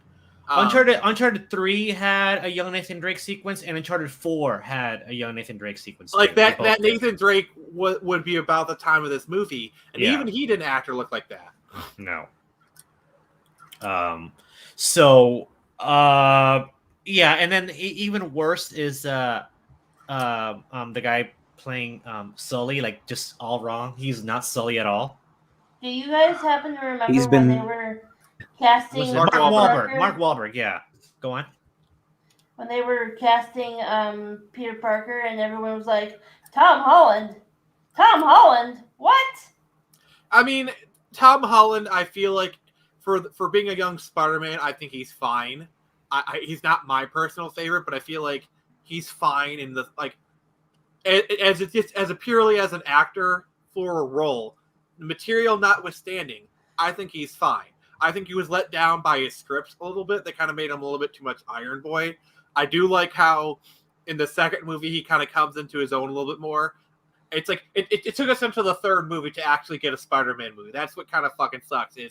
Is the first movie is all about Iron Man. The second movie, they found a way. Literally, Iron Man's dead, yet they still found a way to make the movie all about him. I mean, the acronym for the glasses was so on point. Ethan dead, I'm the hero. Like that was so on point. But he was kind of becoming more in his own. And the third movie, look, we're finally getting a Spider-Man movie. An actual Spider-Man movie. They had to bring in the other two people. I'm probably going to go see it. I'm interested in the movie because, I'm a big Raimi Spider-Man fan. I like the Amazing movies. So seeing all those actors come back does excite me. I don't, call me taking nostalgia bait, sure, or whatever. But I'm probably going to go see it. I'm probably going to enjoy it. But if other people don't want to see it, I understand. I'm not going to go see it. But, yeah, games should stay games. I mean, Arno brings up a good point here. I don't give a damn. No, I don't give a damn about any, at all. Like, there hasn't been. Well, Sonic is probably the only exception of a good video game movie, maybe that I can think of. I do like. I think for the time, the Angelina Jolie Tomb Raider movies, like especially the first one, was good for what it was. I think the Angelina Jolie, I think Angelina Jolie was a perfect pick for that era of Tomb Raider. Kind of like the sexy version of Lara Croft. I think she was perfect for that version of Tomb Raider. And the first movie, I think, is actually pretty decent. The second movie is just kind of generic schlock. The reboot they did was okay. Sonic was good, and I did see Detective Pikachu. Yeah, he mentions Detective Pikachu also. Yeah. So there are exceptions. There are exceptions, but they're few and far between, though. Also, the Mortal Kombat movies have been good. Like the first one for the '90s is really good, and then this new one they did. It was like I'd give Mortal Kombat the original one a 8.5. This new one is kind of like a 6.57. That's kind of how Sega. Sorry, I'm intrigued to see Sega. what comes of Sonic the Hedgehog 2 and Metal Gear, but so not really anything to judge yet. Well, I know that they're having Knuckles. They got Idris Elba to voice Knuckles, which I think is going to be great. I think Idris Elba is going to do Knuckles so well. Like, I'm sorry, but like I'm envisioning Idris Elba's voice Knuckles, and it just works so well, and I'm really excited. I'm not feeling the Super Mario Brothers animated movie. Like, no, Chris Pratt as Mario. Like, what? I'm sorry, but if they announce that Danny DeVito is playing Wario, I don't fucking care who else is in the movie. I will see the movie just for Danny DeVito to voice Wario. Well, I mean, in my opinion, Was there Mario are cast? I don't have the whole cast. Well, to there's like me, Jack Black as I mean, Bowser, I think. That was so cringe. I like Chris Pratt as an actor. I do. I don't have anything against him. He's just all wrong for Mario, though. Even the voice of Mario. I feel like there's kind of like for me, there's kind of a 70-30 split. Like there's a 70% chance it's going to suck, but there's kind of that sliver of like, because Chris Pratt does actually sometimes put in effort to his stuff. And I feel like if he puts in the effort, maybe it can work. Yeah, Jack Black as Bowser is cringe. That is No, what's worse is like, Anna Taylor-Joy as Peach. I'm sorry, but I kind of simp for her a little bit. So anything with Anna Taylor-Joy in it, and yeah. No, but my biggest problem is what's his name as Donkey Kong. Oh, I can't stand him. Who? Seth Rogen. Seth Rogen as Donkey Kong. Oh my god. I hate Seth Rogen. I hate Seth Rogen. What's funny is why are they doing a Mario movie? They're having Donkey Kong. Where's Pauline? Well, they want more women and stuff. Are they all going to end up in like New York or something? I have no idea, but the point is that there are so many other Nintendo franchises that would lend themselves to move. Metroid, Zelda, F-Zero, Star Fox. Those four would lend themselves to movies better than Mario would. How about Fire Emblem? Fire Emblem. Look, Fire Emblem? Why the fuck haven't they made a Fire Emblem animated series? No, okay. Literally, the series is an anime now. Like, literally, it has anime cutscenes. Yeah. Why have you not made an anime series? Think about the fact that if they made a Metroid movie, they could have their strong female character as the lead in the movie. I want Mila Jokovic. I think that they don't want to do that though because she's too strong and she's also too feminine. Oh, you can't have Samus be feminine. Yeah, right. You're right about that. Yeah. There's this line from Avatar that I always keep going back to, which kind of illustrates what really we need to do. It's where Suki says, "I am a warrior, but I'm also a girl." You know, or she says, "I am a warrior." Then she kisses Sokka, and she says, "I'm also a girl." I feel like that's precisely the right note you got to hit. Where they're a warrior, they're strong, badass warrior. You know, the Kyoshi warriors, and Suki in and over. Like Suki is such a great character. She's strong, she's badass, but she's still a girl. She's still allowed to be feminine, and I think that's what people want. People do want strong female characters. They do. But like, why do you think people respond to like Tomb Raider so much or Samus? You know, they want them to be strong, but like they also want feminine. Yeah, I mean, because women suck at being men. That is the short end of the stick. Women are not. Look at those Metroid Dread cutscenes. Ooh. Oh dear God! Nintendo has their own Doomslayer now. I mean, I guess it worked. Everything works out. They were both inspired by Alien. But I mean, Samus. Literally, the dragon is named Rick. Samus is but Mia Jokovic as Samus. I agree with you there. She would kill it as Samus. She can't be every strong female character. She's like. Yes, she can. Yes, she can. I demand it. I'm joking. I'm being humorous. Can we get Olivia Thirlby? Who? Sorry, I'm not. She played again? Judge Anderson in Dread. Oh my Carl Urban. God, yes! Yeah. Please, but for the love of God, please, yes. Oh my God, I love She would that be. movie She so would. much. She'd be great Samus too. Yeah. What about But the you know, woman who God played forbid they cast Chloe Bennett from Agents of Shield. She'd make a good Samus. watch. I'm telling you, if they cast Brie Larson as Samus, I'm out. Like I'm gonna no. Brie Larson needs to. She is our hack of our this generation. Have you noticed that Brie Larson really hasn't been picking up many roles No, in the she last hasn't. few years?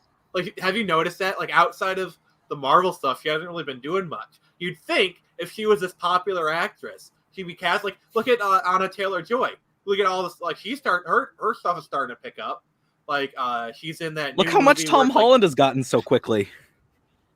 Yeah, it turns out if you're likable, easy to work with, people want to hire you. Oh my God, what a crazy concept! Did you guys see that movie she made, the unicorn thing? No. Netflix. No. She's basically one of those manic pixie dream hipster artist chicks. Manic Pixie Dream Girl, that's the name of the No, that's not what she is though.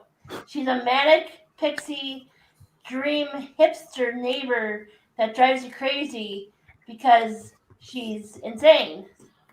And no, she's a Manic Pixie Dream Girl. That sounds like a super cringy movie that I never want to watch. No. Yeah, it was. And you probably never will. I don't even remember the trailer. I just remember the horrors that were imprinted into my brain. I'm gonna throw this out there. Tom Holland as Link. Okay. Yeah. I mean, Link doesn't talk, so that's kind of an improvement. Yeah, I could see that. Ooh, burn. But who would have played Ganondorf? Leslie Jones. I'm sorry, that's gonna get me canceled. I'm telling you right now.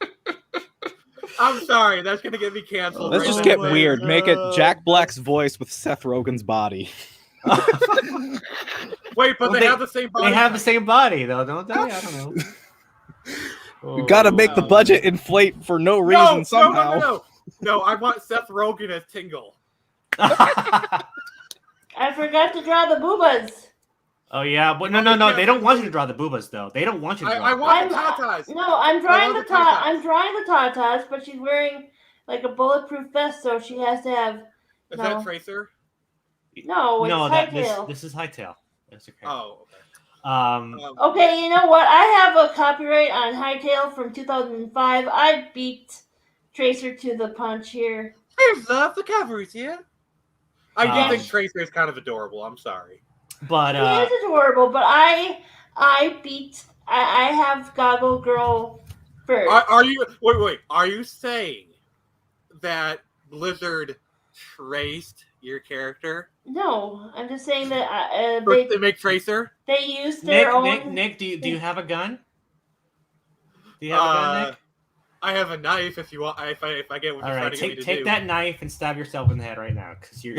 I'm just kidding. Knife for toast. I do not condone violence. I have this. I can slash myself. Do it now. No, but I mean, Legend of Zelda. It's a comb, guys. For anybody who's curious, yes, this is a comb. I couldn't kill myself with this, and I tried, and trust me, I have.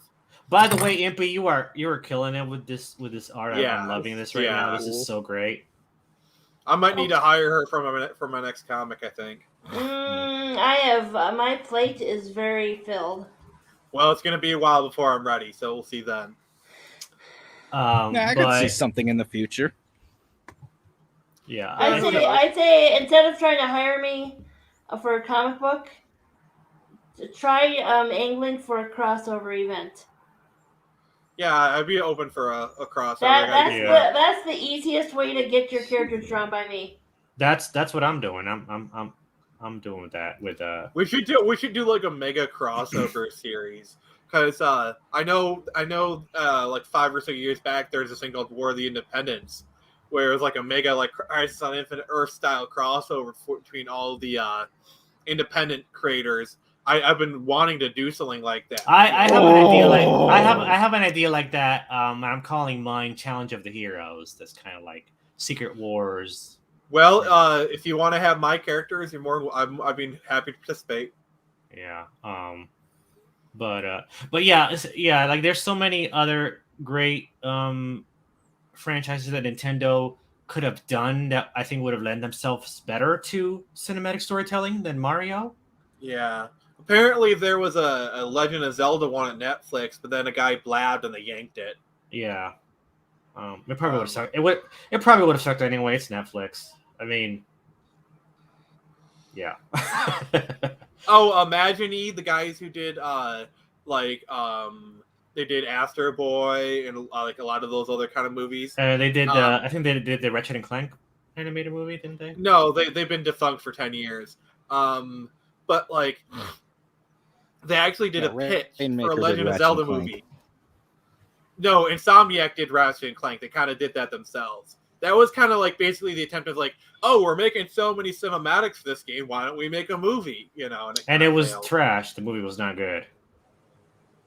Who knew? Who knew that game creators are really good at creating games, not so much at creating movies? Who knew? Yeah. I think you can really forgive bad animatics if you have good gameplay. Yeah. Well, no, the cinematics for the games are great, but yeah, but they basically took all of those animatics and made a game out of it. Well, the problem itself wasn't the. Oh, sorry. Go ahead. Did they make a movie out of the animatics, or did they make game out of the movie? I saw the movie, and I have the game. The game is way better than the movie, by the way. The game is really, really good. The PS4 Ratchet and Clank game, it's amazing. And it told the story better than the movie did by far. So who knew? But yeah, I mean, Zelda, Metroid, Star Fox, F-Zero would have all. The problem with Star Fox is it's really hard to make a Star Fox movie because it would be so easy to just do a freaking Star Wars clone. Yeah, but this has animals in it. All they have to do is make furry Star Wars. Mm-hmm. I would see that. Do a barrel roll. Yeah, I mean, F-Zero, like. I think there is an F-Zero anime maybe. Okay. Oh yeah, that's where that whole Falcon Punch meme came from. Everybody thinks that Captain Falcon is from Super Smash Bros. Like, no. He was from F-Zero first. Well, actually, I'd say a lot of the inspiration for Captain Falcon came from Kamen Rider because, like, the Falcon Punch, Falcon Kick is very much based off of like Rider Punch, Rider Kick, and if you look at Captain Falcon, he very much does look like a Kamen Rider character. Like he has a lot of the visual characteristics, like the two kind of things coming off, and like his suit is like if you put a picture of Captain Falcon in front of me and said, "Oh, this is a Kamen Rider character," I would believe it. Yeah, I would. I could see that. Is anybody here action figure collector? I fancy making my own. Oh yeah, I want to make. I would love to. Paragon Prime action figures would be awesome. Yeah, so you can play with yourself. I did used to collect a lot of Bionicles. That's largely the extent of it. I sometimes buy plushies. That's kind of the extent of it. Like, if I see a cool plushie, sometimes I'll buy it. But that's I'm an above average toy collector, but like not like super hardcore. So I get what I like. I go to like a Big Bad Toy Store and Hasbro websites on a daily basis and see what they're coming out with. I mean, they had Hasbro PulseCon yesterday, and I saw a couple of great things. I'm gonna get a really cool Captain America action figure. I used to collect Kamen Rider toys and whatnot. I spent way too much money. Yeah, you never collected Power Rangers toys? I mean, I do, but like I collected Tokusatsu stuff because Power Rangers and Kamen Rider are related. I was more into like the role play toys, like the Morphers and whatnot. I think I still have. Some of the Morphers. Yeah, because I know Hasbro is doing some great action figures for Power Rangers right now. I mean, yeah, really they cool did, stuff. But like in the few years before Hasbro went out, Bandai had their the Legacy line, which were they did like premium versions Mhm. of like the toys and also roleplay toys. Like there's a Legacy Saba, Legacy Dragon Dagger, Legacy Morpher. Mine is somewhere. It's probably in the back. I'll show it to you like probably sometime later today after the stream. All right, But sounds like good. they're really premium. Like they had like metal housings. They've kind of been doing that with the Lightning Collection. Like they have actual full size helmets of Power Rangers now, which is pretty cool. But like I'm a Kamen Rider fan, so I did port from Japan the Kamen Rider belts, and and whatnot. Yeah. And they had this thing called the CSM Complete Selection Modification, where they take the old toys and kind of premium up for adults. One time I bought this one belt from a show called Kamen Rider Fies. Cost me damn near $500 for the whole set. Wow. It was worth it. Those things it was really nice. But the problem was it just kind of sat in a box in my storage area, and I only took it out like every couple times a year. I wasn't even enjoying or looking at it. So when COVID was in full swing and everyone was flush with cash, I ended up selling it for like $500-$600. So I at least kind of didn't lose any money on it. Yeah, well, this past weekend they had the PulseCon Hasbro, and I pre-ordered like four figures from them. I pre-ordered a Captain America. I pre-ordered like for whatever reason I pre-ordered a really good, like really nice looking Scarlet Witch action figure, which like looks great. And then they're coming out with they're coming out with X-Men action figures based on the way they look in the animated series, and I went insane for that. They're coming out first with Wolverine. Yeah, the toy industry is crazy. Yeah, with they're coming out with Wolverine and Jubilee, and they're going to come out with Storm and Jean Grey later, Cyclops, Rogue, Gambit, and Beast, and like I'm probably going to end up getting all of them because they look amazing. Yeah, once I kind of move to like, because I'm like in a really small apartment, so I don't really have much space. Plus, I don't really have much money, and what money I do have kind of goes into my comics. So, like, once I kind of get a bigger place and more money, I'm probably going to start collecting again. It's probably going to be video games and then maybe some action figures and whatnot. As far as action figures would buy, what's really cool is that I'm pre-ordering these, and they're not coming out till like spring or summer of next year. So there's a lot of buffer time, and they don't charge you until it's about to ship. Yeah, so that's good. Yeah, that's kind of what I do with my video games. Like, I pre-order my GameStop, and they require $5 down, and like let's say that it's like 4 or 5 months out, I can just kind of pay it off as I go. That really helps. Mm-hmm. I'm pre-ordering Pokemon Legends Arceus. I got a pre-order on that. I pre-ordered Metroid Dread, and then they're coming out with the GTA Definitive Edition. I'm probably going to pick that up probably January or February. Yeah. Did you see the new reveal for the Zoroark? For the what? The Hisumi Yeah, it looks really good. See, my thing is, I'm not really a big fan of what they've been doing with the mainline games. I feel like it's been like watering down. But like this Legends Arceus is kind of more what I want with Pokemon, and I really want to support Game Freak when they try something different. To kind of have them get the message like, oh hey, we really sold well with this different type of game.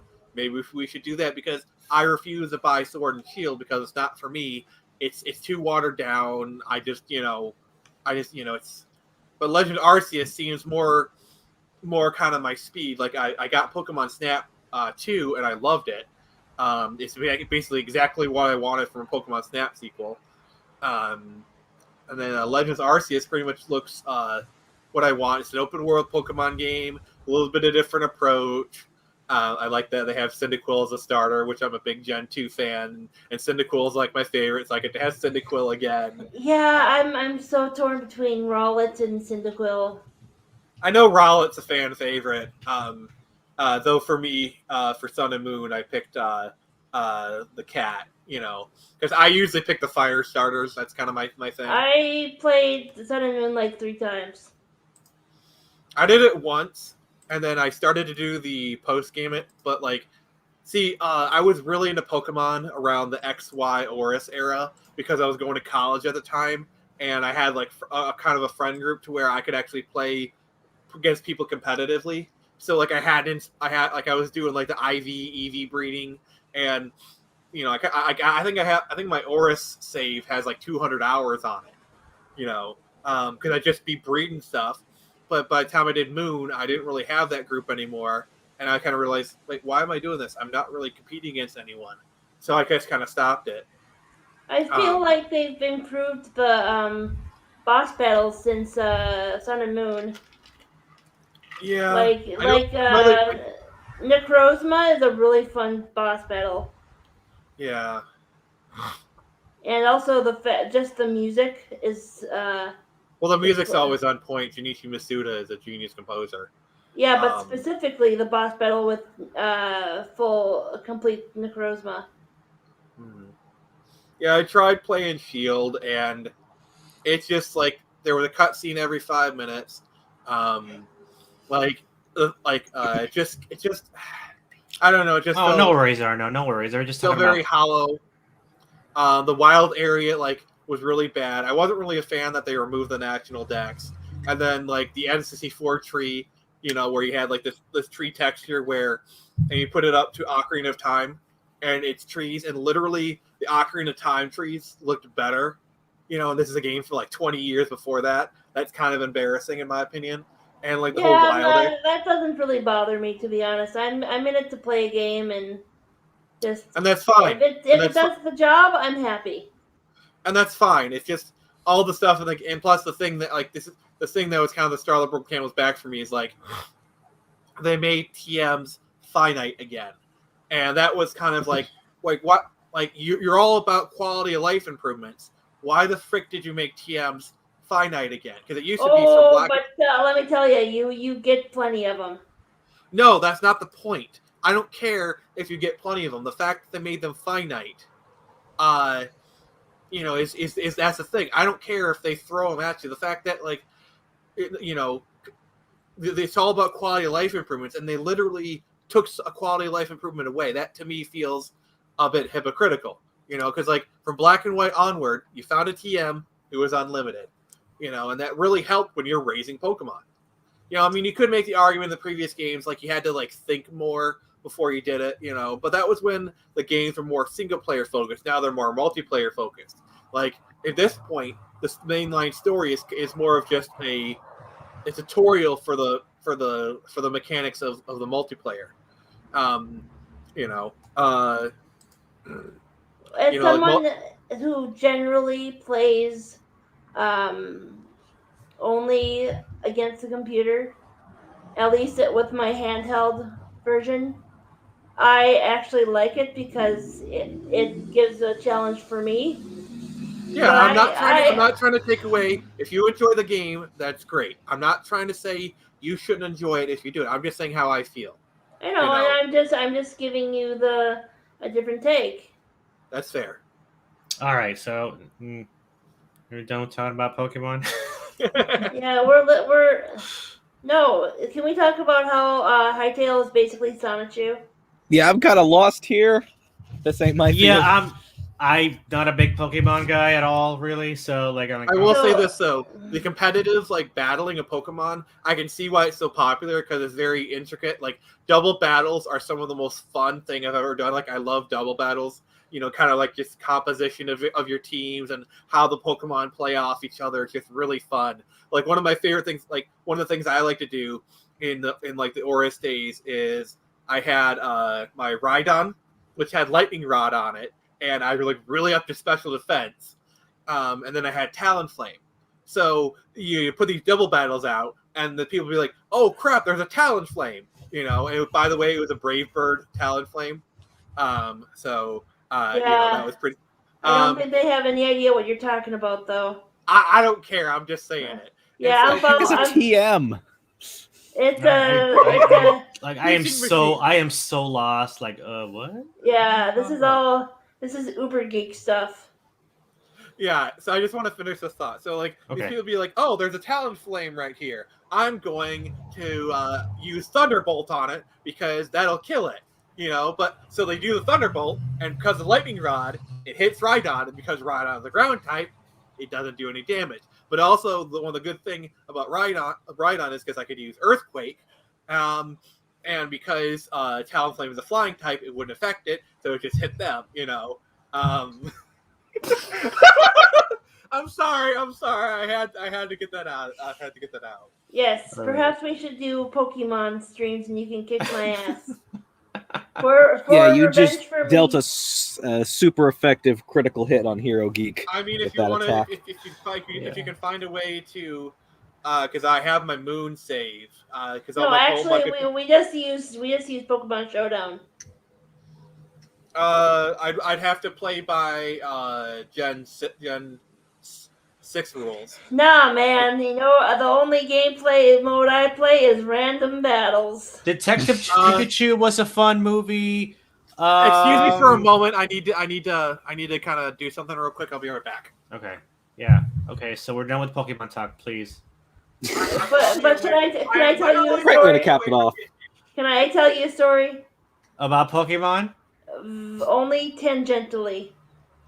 Okay. If it's funny and interesting, sure. I was playing City of Heroes last night, and I was doing a City of Heroes commission, so I had to look at a costume piece that I didn't know like the 3 dimensions of. Like I didn't know if it was pointed or tapered at the end, so I had to look it up, and then I realized that my costume in game had changed. So I was like, well, I should probably make a Halloween costume for this character. It was Hightail, and I gave her a cheetah, like animal, metahuman costume. Cool. Like with the static tail. So it was like a costume tail, little kitty ears, and then yellow skin with like makeup on the back. Okay. Anyway, so I go in there, but all of my power toggles are on. So I have her like role play. What do you think of my Halloween look? And they're like, "Oh my God, it's a Pikachu!" Oh, jeez. Okay. Gotta catch them all. So Arno says here, like that is just complete gibberish to me. I know what speed, like I don't know what a Flygon is at all. How did X-Speed is a one-time use item. You can't have X-Speed on it. You can use X-Speed on it. So that doesn't really track. Okay. Whatever. Okay, nobody cares. Are we done? No more. Please. Please, no more Pokemon. No more Pokemon, please. I'm done with Pokemon. Stop! It's time to stop. It's time to stop with the Pokemon. Well, why don't we talk about something? Let's lead into now. You see how passionate people can be about the things that they love, and you shouldn't mess with it. No, And sometimes you should just put a Diglett in a Master Ball. That is heresy, and you should be shot on sight. See, look at all that passion. I am literally channeling my inner 40K. Heresy. That is heresy. Literally, I should dig up I need to dig up Joseph Stalin, form a black magic, revive him, just so that he can send you. Arno, give us another topic to talk about, quick, please. Something else. I don't care what it is. Or Christian Fandom Geek, for the love of God. As long as we stop talking about Pokemon. Digimon. Arno, you are.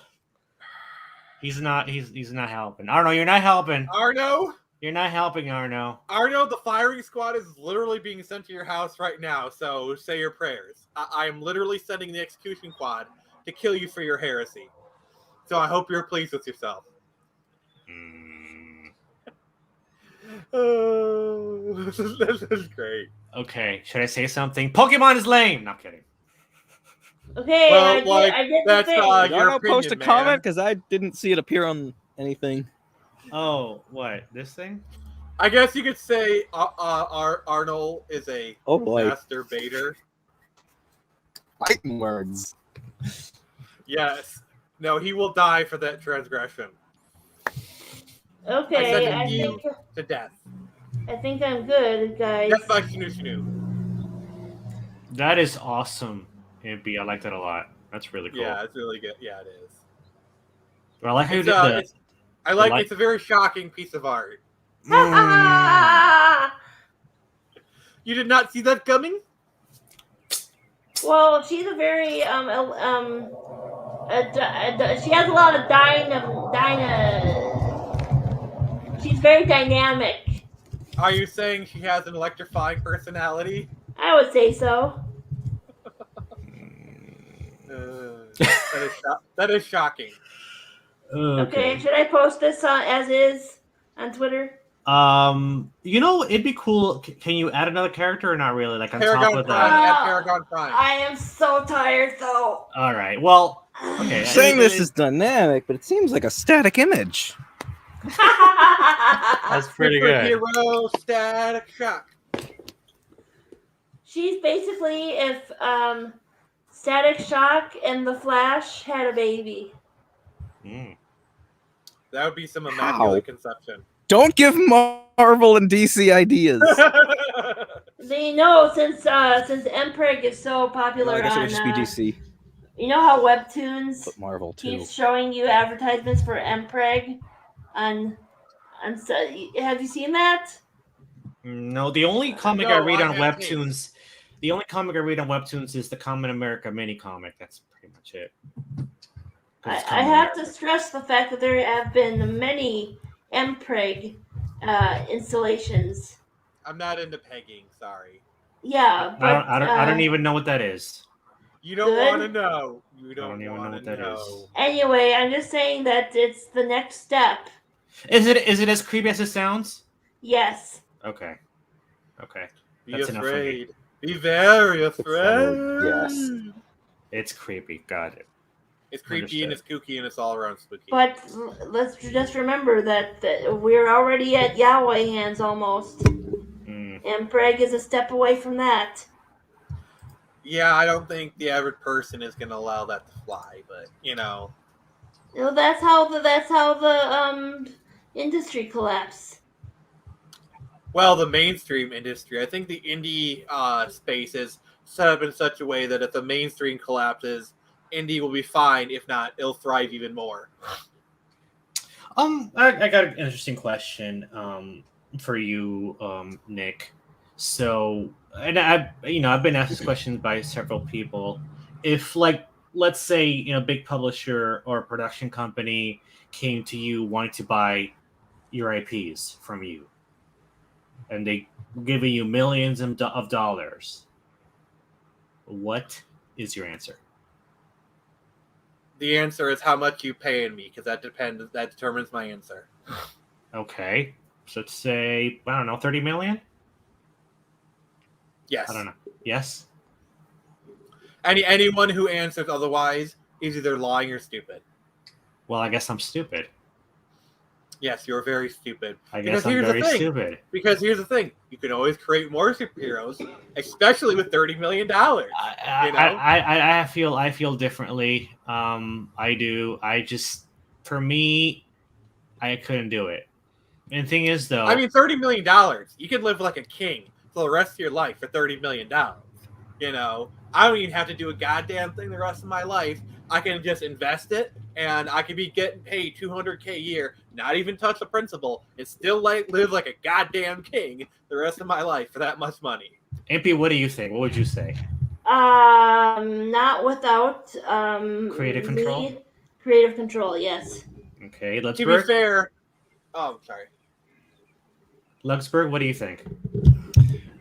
Seems very case by case basis.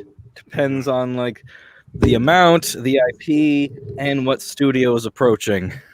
Yes, like Disney, there's no way. Absolutely. No way. Absolutely not. DC and Marvel, absolutely not.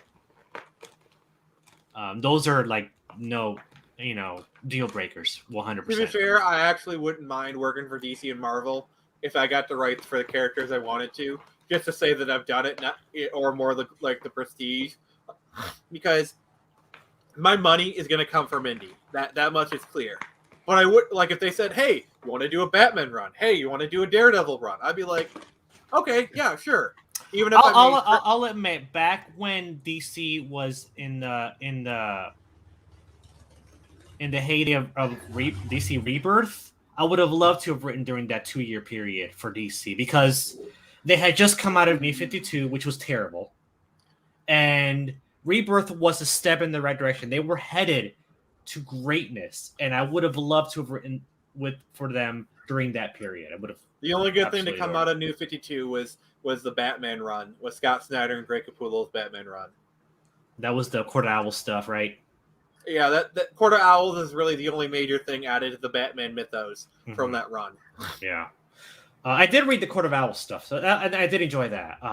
But other than that, though, I have right now with current DC, current Marvel, no. And if I would rather stay indie. I mean, so if Disney or DC or Marvel approached me, wanted to buy my characters, I mean, if they want to publish it, but like I wouldn't want Paragon Prime to be in the current DC universe or the current Marvel universe. I wouldn't.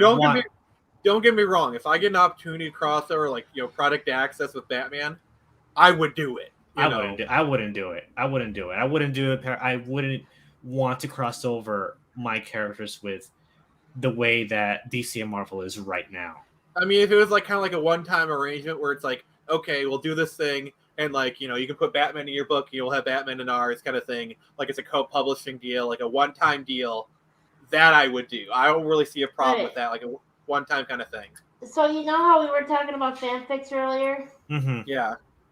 You know how we were talking about criticism and fix-it fanfics on YouTube and stuff? Mm-hmm. Yeah. So I have this whole setup with like alternate reality jumping with my character to get her into the Stargate universe for mine.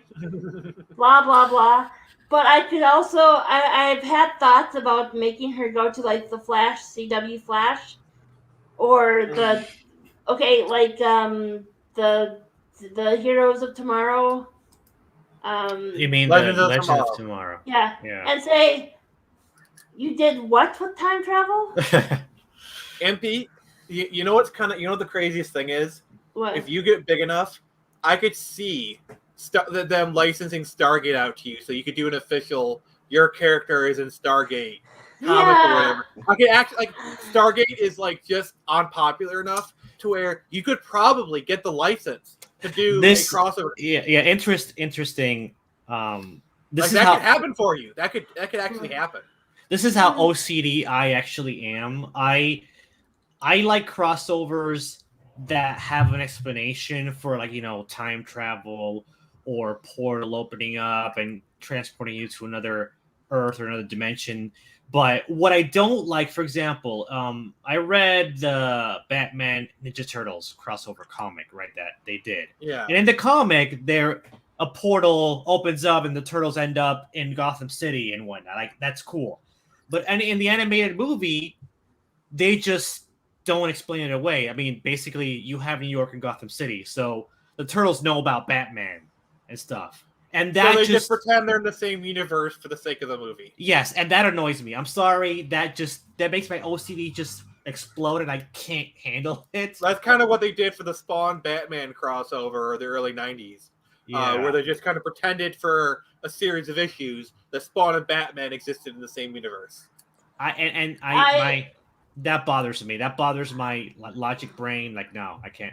I might have used a really melodramatic plot device to get my character in there, and I'm regretting it. But I don't think I can change it. To get sorry. To get Hytale in the Stargate universe. Yeah. In the Stargate world? Okay. It's also was based on a joke because I said that Hytale was based on Sam Carter, and then someone said, that actress could be her mom, and I was like, you got a point there. And then it's not about it's actually a lot like I'm Not Starfire, except it's not. It's about mother and daughter relationships, but Sam Carter has a big complex with family. Her mother died. She's in love with her CO, and the idea of children just makes her very leery because she'd have to give up her true love, her work. So this character comes in here, mistaking her for her mother, really sets her off balance. But Sam Carter isn't her mom. Her mother just looks a lot like Sam Carter, so there's conflict there. Mm-hmm. So I made up my own character and used Amanda Tapping, the actress, as the template. As the base? Okay. Yeah, as the base. So it's like Doppelganger's problem. Oh. It's like if Angel met Celie Booth from Buffy the Bones. Gotcha. So if Angel met Angel. No, Celie Booth is a totally different character. But they're played by the same actor. It's true. That's the joke. That's the joke. But remember, I'm trying to make a joke. I'm trying to make a joke. I think that Booth would really dislike Angel because Angel's kind of whiny. What? Like, what? Oh, I could see Bones just slapping Angel. Yeah, probably. Oh my god! I kind of want to see. There's probably been a bunch of Bones Angel fanfics. They're probably. And a lot of them are probably smut. Oh God! Why'd you have to put that image in my head? Oh wait! Even better. Because I have to point out the truth.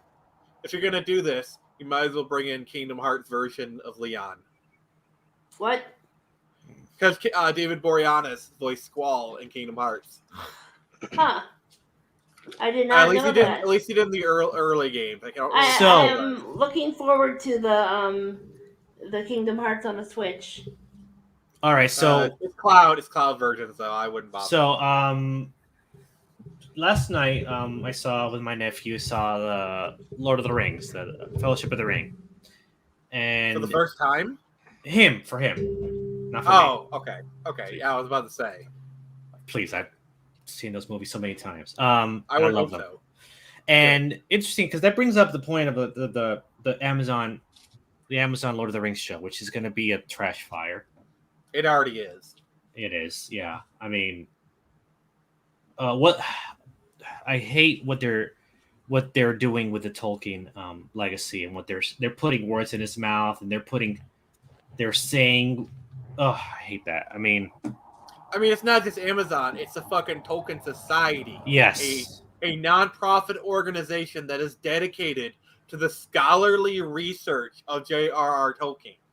Like, this is literally a educational institute that is solely dedicated to studying J.R.R. Tolkien as a literary topic.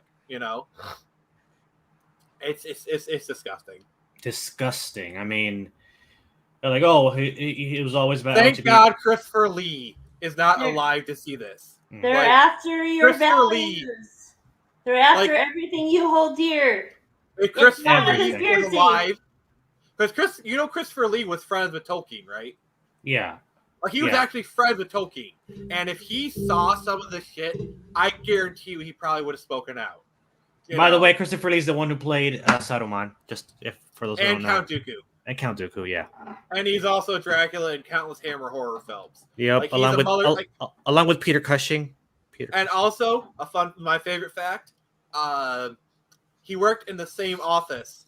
Like, he worked for the same organization that Ian Fleming did. They didn't really work together. I think probably the best is maybe they saw each other in the hallways. Like, they didn't work together. Didn't he play the Bond villain in Man with the Golden Gun? I think so, yeah. Yeah.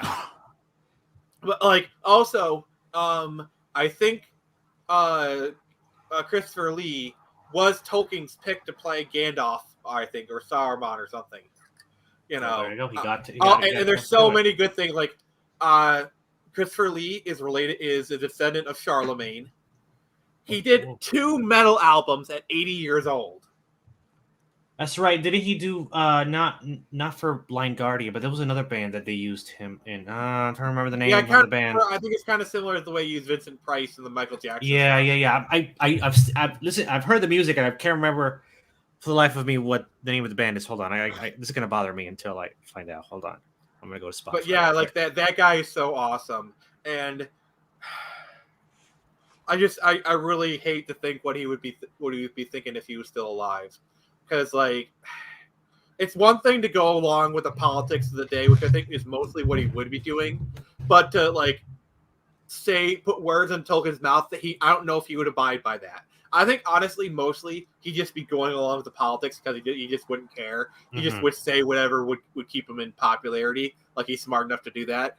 But I'm not sure if he would stand by to watch his personal friend, someone he knew personally, like I knew Tolkien. He would never say something like that. He never meant that. You know what I mean? Rhapsody of Fire is the name of the band, I think. Yeah, Rhapsody of Fire. So, yeah, I mean, just like, and, a couple of years ago, a show based on Tolkien's work that expanded the universe of Lord of the Rings, that would have been really exciting, and I would have been really like into that. But now, no. Everything I've heard, honestly, the Hobbit films kind of really soured the fan base, and I actually really feel bad for Peter Jackson. The Hobbit films aren't terrible, though. Well, the problem with the Hobbit films is they got Peter Jackson and Fran Wallace got handed a bad hand because Guillermo del Toro was originally penned to direct, yeah, and he dropped out literally at the last minute. So Peter Jackson had to step in and salvage things, and also there should have been honestly, 2 movies, not 3. They could have done it in 1, but 2 movies at most. Yeah. They padded it out way too much. Like, honestly, I do have a lot of sympathy for Peter Jackson because, I do feel like if he would have done it from the start, it probably would have been 2 movies, maybe even 1. Maybe even 1, yeah. I think the first one's really good. I like the first one a lot. There and Back Again, I like that one. I do like that one. The second one, like Smaug, was really, really great. I love the way they did Smaug the dragon. I mean, basically, those scenes between Bilbo and Smaug are basically Sherlock and Watson arguing for 20 minutes. Yeah, but it's great. I liked it. Battle of the Five Armies was, it was okay.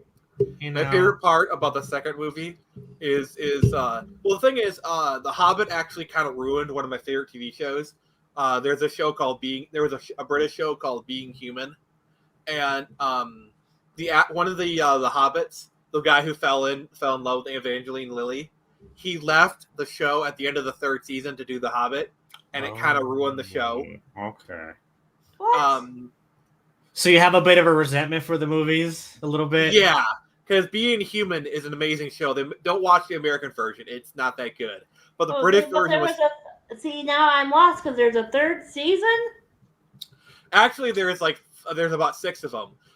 What really pisses me off... The American version is the one with the guy who played Starkiller in the Force Unleashed games, and he played Darth Maul in Clone Wars, yeah. Yeah. So basically, I think there's 5 or 6. And the thing that pisses me off is the series ends with none of the original leads left in the show. Oh. That is just, that almost happened with Stargate SG-1, but there was a couple left. I mean, yeah, and the show is amazing because it's a vampire, a werewolf, and a ghost living in a flat in Bristol, and I love their interpretation of vampires because they basically treat it like drug addicts, where blood is like heroin, and you got all these they basically where drinking blood is like a relapse. And you have all these people trying to get you to get back into drugs. And I really love that take because they played it. It's like basically they played it like drug addicts, except with vampires, and it's just really good. The ghost, the ghost stuff is great. They kind of bring in another female character, and some stuff happens to her, and it's really, really good. A really good show. The first 2 seasons are just mwah, mwah. I love that show. Please. If you haven't, please watch Human, especially this time of year. It's a BBC show, and BBC, especially at that time, was just fire. Oh my god! And so the guy, he kind of left to do The Hobbit, and they kind of had to, and the show kind of went downhill after that. So it's like, sorry, sad day for you. I relate to that. Yeah, Being Human is a great... I mean, to be fair, the American version isn't like it isn't terrible. It's not like they kind of tried, but it's very watered down. It's a lot more bland. The original version. They can't do all the stuff that they did on the British TV back then. Plus, one of the things that I like about British television is there's a lot more plainer looking people. Like everyone in American television has to be a supermodel, like both the men and the women. So it is kind of distracting. Versus like the British television, like for example, the one who played Nina, which was like a love interest for one of the main characters. She was average looking, you know, I mean, she wasn't ugly. She was a bit, you know, Rubenesque in her figure, you know, a little bit plus size. She looked like a normal woman, you know, a normal woman that like, yeah, I'd probably ask her on a date, you know, go grab a drink or something. But she wasn't a fucking supermodel, you know. And I feel like that's kind of what makes BBC shows a tad more realistic. Not anymore. Not with Doctor Who. Screw that. Well, Doctor Who is kind of a different story. I'm just talking about the regular BBC shows. What, hasn't it generally gone downhill in the last 5 years? To be fair, there is a glimmer of hope for Doctor Who because they're bringing back Russell T Davies, the guy who basically brought back Doctor Who in 2005. Who with did Eccleston season? He did the Eccleston season. Eccleston and Tennant. Okay, he did Tennant. Okay. Maybe he'll retcon the retcon. And the thing is, they haven't announced a new Doctor, but there is like some kind of hope that they'll bring back another Doctor because in the lore they have kind of confirmed that Doctors can revisit past faces. Because in the 50th anniversary, there's literally a scene between the Fourth Doctor and the 10th Doctor, and he says like, "Oh, you revisit a few paces, you know, a few favorites." Because he's a curator. He's basically a future version of the Doctor, you know, way, way down the line. So that's in the lore. So they could bring back David Tennant. They could bring back anyone, you know, if they wanted to. And the thing is, David Tennant is such a big fan of the show, and he worked with Russell T Davies. So there is a very good chance he could come back. I think then maybe we could get a return of the kid. I think Benedict Cumberbatch would make a good Doctor. He's too famous. Oh. Yeah, he's Hollywood now. Yeah. But like honestly, what I would love, so you know that like David Tennant, there was this episode where they cloned some of his DNA, and this woman came out as like the Doctor's daughter. Mm-hmm. I remember that episode. She's the daughter of the 5th Doctor, who coincidentally is David Tennant's favorite Doctor. So the Doctor married the Doctor's daughter, and so he became the Doctor's son-in-law. And then David Tennant and his wife had a child who was a daughter, who was the Doctor's granddaughter. So what I want is I want a season where it's David Tennant and his wife as the companion, his literal real life wife for a season. The chemistry would just be so off the chart. The chemistry would just be so great. And the way I would do it, this is how I would play it, would be, so it is the actor David Tennant returning, but not necessarily the character of the 10th Doctor, okay? Because just because he revisits a face doesn't mean that doesn't mean it has to be the same personality, you know? Mm-hmm. So it's literally a different character but the same face. So you have this woman who is adventuring, and she's like, "Oh, you're my doctor, but you're not," you know? And so it's kind of like that's where the drama is, where it's like she kind of knows that the face of the other Doctor, but it's the same face, you know, it's like that kind of drama. And then what you could also do is you could bring back a lot of the David Tennant era companions like Donna Noble, and they have to reconcile, like, this isn't my Doctor, this is someone who has his face. Like it's easy drama to write. That's what I'm saying. It's like you bring back the face and the actor, but not the character. You make a whole. Plus, honestly, I think that would be more interesting for David Tennant anyway, to explore. Yeah, I'm playing a different Doctor, but with the same face. And a lot of the conflict comes from I look the same, but I'm a different person. And I think that would actually interest him as an actor. Yeah, that'd be cool. I might, because I stopped with Matt Smith. That's the last Doctor I saw. Well, if they're bringing back Russell T Davies, especially if they bring back David Tennant, I think it's obvious they're trying to bring the show back to where it used to be, in the Russell T Davies era, and they're trying to get back those kind of fans. And if they bring back Russell T Davies and David Tennant, they're probably going to bring back other Russell T Davies characters. Like Rose? I don't know. Well, actually, the funny thing is, Rose is in like an alternate dimension, and like she's married to the clone. Was it I can't remember. A clone? Yeah. Clone, right? So yeah, they could bring back Rose. She came back for the 50th anniversary. What's funny is David Eccleston is starting to kind of mend his fences with Doctor Who. Like David Eccleston has actually done some Big Finish shorts as the Ninth Doctor, so he's kind of taking a step tippy toes. I think there's a good chance we might see David Eccleston come back for the next anniversary. Christopher Eccleston? Yeah, the Ninth Doctor, who was actually... Yeah, my doctor. Are you fusing Christopher Eccleston and David Tennant? Yeah. Eccleston played Destro in the really bad Gary Gilliam movie. I remember that. At least he got the Scottish accent right. Yeah, he did. And he probably wouldn't have made a bad Destro. Just the movie was just but yeah, I mean, I don't have a lot of high hopes for Doctor Who. Hey, John, nice to see you. Hey, hello. You got John A. Douglas in the chat. John A. Douglas, would you like to join us, John, or are you kind of busy or at work? Because I know he's always at work. He's a nurse, so he's always at work. Respect. So I don't know if he's free.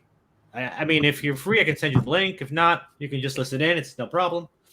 So, but I don't. I mean, I'll admit I'm very pessimistic about everything coming from the mainstream. Yeah, honestly. And I wish I wasn't. Oh yeah, he's at work. I figured you were. Okay. Yeah, I try to stay more positive in outlook, but it is hard. It is very hard. It's hard. It's like, and even when something is good, even when I'm enjoying something, I have this mentality of when are they going to ruin it? Like I love Superman and Lois. It's a great show. The first season was solid. But every episode I saw, I kind of like you're waiting for the shoe to drop. You're waiting for the other shoe to drop. Yeah, exactly. So season 1 ended without the other shoe dropping, but I don't know about season 2. Like like for example, like The Flash. It started out pretty good. Like those first few seasons are really good, but then it slowly over time, I still think Arrow seasons 1 and 2 is some of the best television ever. Like I really like the seasons 1 and 2 where it's like gritty street level. I like season 1 of Supergirl when it was on CBS before it went to CW. I liked season 1 of Supergirl. The thing that kind of gave me some hope for Supergirl was that scene kind of in the first season where she's talking to Cat Grant and she's like, Supergirl, why do you have to call a girl? And then Cat Grant got up and said, I'm a girl, I'm strong, powerful. I like that scene. I felt like that was literally telling people to shut the fuck up. Like I feel like that, and I vibe with that. I was like, okay, you that's what you're going for. I support it. And then she's a Superboy about her age, right? Yeah. So I enjoy season 1. Although like Jimmy Olsen, that's not Jimmy Olsen. That's not James Olsen. Like it's not. I'm sorry, but like, not only is it not looks wise, it's character wise, totally wrong. Totally wrong. Win is closer to being Jimmy Olsen. Yes, if he had been cast as Jimmy Olsen, I'm like, yes, he's Jimmy Olsen. Like you could even have him be the toy maker's son and all that stuff. Like, he like literally Win acted like Jimmy Olsen. He did. Like what? Like you could have dropped the photography stuff and just had him be an assistant or something. But so yeah, like so yesterday I saw the 3rd international trailer for Ghostbusters Afterlife, and I felt I felt that tinge of positivity when I saw that trailer. I'm like, oh my god, yes. We should have gotten this movie 10 years ago. I'm sorry, but Yeah. this is the exact movie that they've been talking about for the past 15 years. Let's do a Ghostbusters 3 where it's a next generation, 2 boys, 2 girls, and pass on the torch. That's literally the movie they've been trying to make for 15 years. You know, and that's the movie they're going to make. But then Harold Ramis died. Well, blame Bill Murray. Well, partially. But then also after Harold Ramis died, Amy Pascal pretty much hijacked it and did that stuff with Paul Feig. By the way, man, people are mad. I mean, like, shills are mad that this movie is essentially a big middle finger to the 2016 Ghostbusters. Ho's mad. Yeah, Ho's mad. They are mad. I love that song. I love that song. It's hilarious. Ho's and that alone might get me to watch the movie. If it's pissing them off, like, you know, like, I'm gonna go. It's like it just feels like it's the movie that we should have gotten all along. It's respectful to the past, but it's moving forward. That's the most important thing. Like, it's Cobra Kai. It's Cobra Kai. It feels like it's Cobra Kai. You know, it feels like that. They're paying tribute to the past. They yes. got them. Like, but it's not. But the thing is, you can go too far in the other direction, where it's just nostalgia-filled pandering. Where we're just like, isn't that what happened with Warcraft? Like, it was just too indulgent on just referencing lore as possible and not so much on a story. Yeah, Warcraft. Yeah, I used to be a big World of Warcraft fan, and I saw the movie, and it wasn't terrible. But the problem is, if you just take away all the Warcraft branding, it is the most generic fantasy film ever. Like, the most generic fantasy film ever. Like, the special effects are great. I don't know. Like, I think what was worse was probably the Dungeons and Dragons movie. That was really bad. Did you see that trash? That one, I feel like the Dungeons and Dragons kind of falls into the so bad it's good kind of thing. Like, you know, it's like, okay, let's just enjoy this as humorous entertainment. Like, it's so like it's like the Room of fantasy films. Yeah. Cat Grant was great. I'll have to admit, her character in season 1 of Supergirl was really, really cool. I liked her. Well, that's because you hired an actual experienced, talented actress to be in your show who's really good at what she does. Yeah, but you know. But yeah, with Ghostbusters, I am cautiously just like I don't know. I don't want to be optimistic because I don't want to have my heart broken. You know? Jared. They do seem to be wanting to like avoid any kind of acknowledging of 2016's existence whatsoever. Like, wasn't there some kind of big mural post or something they did that showed all kinds of Ghostbusters stuff, like even the cartoons and stuff, and I just left 2016 out of it completely. Like, honestly, if they ever, like, I wouldn't be opposed to, like, certain characters, like, Kate McKinnon's character was at least somewhat entertaining. So if you do, like, a dimensional thing where all the characters cross They over, did that in the comic books. Like, if you have her pop over and it's just her in this comic, yeah, sure, I'm fine with that, because at least that character was entertaining. Like, I could tolerate her being the representative from that universe, you know? Yeah. Warcraft, the actress is now, John, do you mean the Warcraft? You mean generally Warcraft, like the franchise or the movie? That I love the way they did the orcs in the movie, and you're right. The Warcraft orcs are in my head.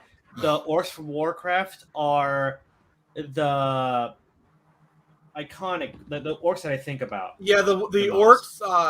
I love World of Warcraft, but the orcs in World of Warcraft do kind of fall prey to the noble savage trope kind of thing. Like, I feel like they kind of do rely on like the honor. You know, we're brutal, but we have a code of honor. Yeah, they're like Klingons for fantasy. Yeah, that's a pretty good comparison. I love Warcraft. You know, I mean, I'm a person who played Horde, you know, for the Horde. All right, guys, I gotta pop off. I'm out of stream. Okay, well, thank you for joining us, MP. Just some advice: don't cross the stream. Never cross the stream. I'm sorry. I had the setup. I couldn't help myself. I was doing that pun for you. Okay, so you just set it up for him. Okay, good. Thank you, MP. I appreciate it. See you later. All right, bye-bye. See you later, alligator. Farewell, Impy. Yeah, And then there was 3. You're right. I mean, as Warcraft as kind of meh as the movie was, the orcs in it were really, really, really, really well done. The special effects for the orcs were top notch. I did like the way they looked in the movie. Yeah. I mean, the movie was basically around the story of the first game, and the subtitle of the first game is literally orcs versus humans. You know, so of course it makes sense they focused on the humans and the orcs. And they kind of did set up a few things for other stuff, you know. There's actually some really weird continuity errors, but at the same time, Warcraft and continuity is like they basically retcon everything every few years. But like the major story is what's actually kind of weird is in the Warcraft universe, Gamora and Medivh actually have a kid together. Like they're kind of romantically linked, but in the movie, it's more like Gamora is his daughter. They kind of heavily imply it, you know, which is kind of some weird implications if you think about it. But like, but yeah, I like that it kind of brought Sargeras into it because the lore was basically like Medivh's mother, Aegwynn, had a fight with the Avatar Sargeras, which is like a manifestation of it, and a piece of Sargeras got put into Aegwynn, and then when they had the kid, that piece got transferred to Sargeras, and that's how Medivh got corrupted. Sorry, my Warcraft nerd is coming out. That's fine. I've never been a huge fantasy guy. Like it's just not something. I don't hate fantasy. I mean, I just don't really like. I mean, Lord of the Rings. John, if you're gonna digest the Warcraft lore, there's a YouTube channel called Noble with some numbers. He's really, really good. He does like voiceovers of like different parts of the Warcraft lore. I highly recommend diving into his content because he's really does a really great job of explaining the Warcraft lore. Of course, Blizzard probably ruined it recently. I mean, they've been doing it for a while now. I prefer StarCraft. That's just my thing. But right now, I'm looking up the guy's channel. I'm going to link it in chat. Nice. Yeah. Well, back to Ghostbusters. I saw the trailer. And it gave me the feels. I have to admit, like, oh well, it's giving me the feels. Like, that's just really cool. You know. Like, I'm sorry, but like when I'm watching that trailer, every time I hear the you know, like literally, I turn into a 10-year-old boy. The Ecto-1 siren, yes, I'm totally with you on that. Like, yeah. It's like every time I hear that, I just, you know, my nostalgia goes like, oh, I'm 10 years old again. Yes. Oh God. I'm gonna go see it in theater. Probably comes out November 16th. I think November 10th. November 10th. Okay, I'm gonna go see it. I'm gonna go see it. I want to take my nephew to go see it. I want to go with my nephew to go see the Ghostbusters Afterlife. So. Yeah, I'm gonna be going to see Dune this Tuesday. So next stream, I can tell you how it is. I'm probably gonna like it. My buddy, the trailers. My best friend saw it and he loved it. So maybe I'm I'll actually watch a fan of I'm a fan of Dennis Lemieux. Yeah, I know John here is a big Dune fan. Did you see it already, John? No, probably. He's been working like all weekend, probably. But he'll probably see it if not in theaters. He'll probably see it in HBO Max or something. Yeah, because I think it is on HBO Max, so you can watch it at home right now. Yeah. But so I don't have a lot of hopes for most things nowadays. And that's kind of sad, isn't it? It's sad that I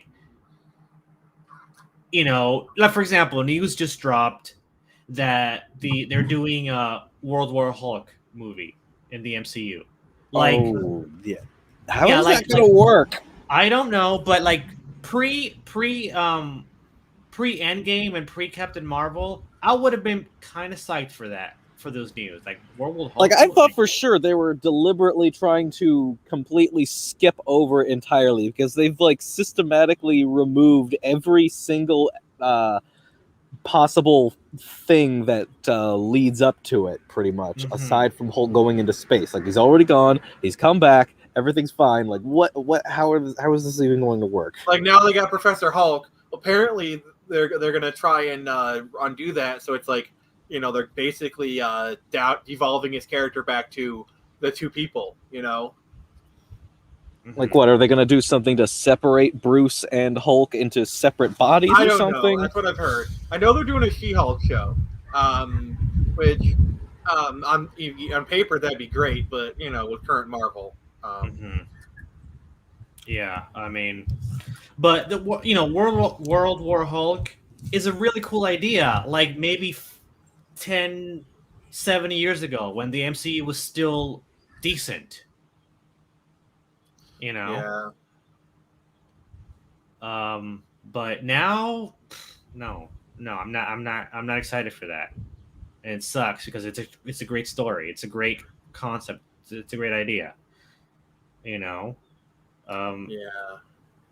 So nothing excites me anymore. Nothing. They're doing a Nightwing movie. I don't care.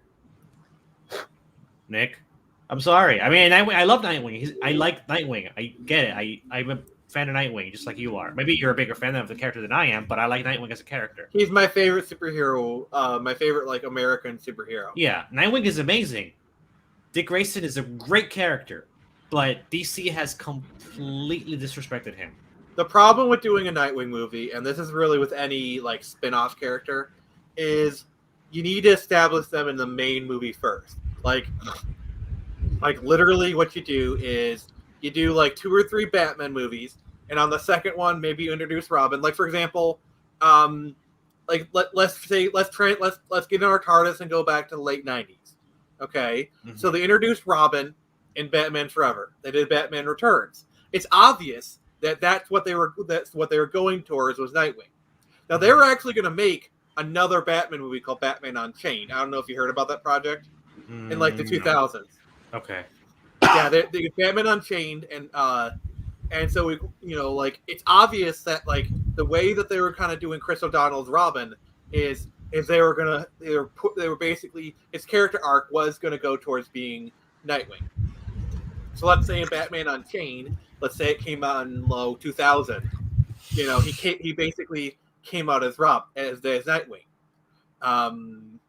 You know, basically took his Robin suit and like spray painted the red blue or something. You know, some shit like that. And then you have in 2003 or 2002, you do a Nightwing movie.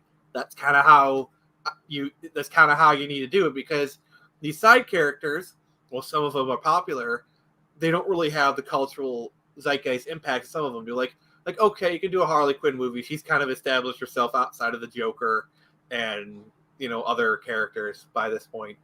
But like Robin, I mean, with Titans, basically, even though like basically, you know, they still had to, you know, tie him into Batman, reference Batman every episode, just for people to realize, oh, he's a Batman character. And Robin is literally the most popular Batman side character. What are you gonna do about Batgirl? You mean Batwoman basically had to, like, you know, just take over all Batman shit, like walk into his toy chest and say, these are all mine now. Mm-hmm. You know, they literally had to do a story beat of Bruce Wayne is missing. They established that before even putting in a Batman show. What? Well, to be fair, they were doing Gotham at the time, so it's kind of hard to do. Like the only reason they only started doing Batwoman until after Gotham went off the air. But yeah, the point. I mean, nothing down the pipeline. Kind of just. Well, there's, you know, nothing from mainstream Hollywood is just.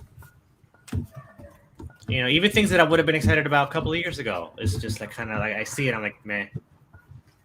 You know? What's that noise over there, Lugs? He's just prepping the nuclear bomb. Oh, okay. Gotcha. I hope you're gonna fire it at Hollywood. Just do it. There's too many innocents. Now, if you want to send a dirty bomb to, okay, I'm not gonna say that because that would be a terroristic threat, and I don't want to go there. Yeah, no. We're just joking here. We're just playing around. John is saying something. Oh, hold on. Let me see. Batman hot take. I love Batman Rob. Well, I'll put it up. I love Batman Rob because Okay. Sure.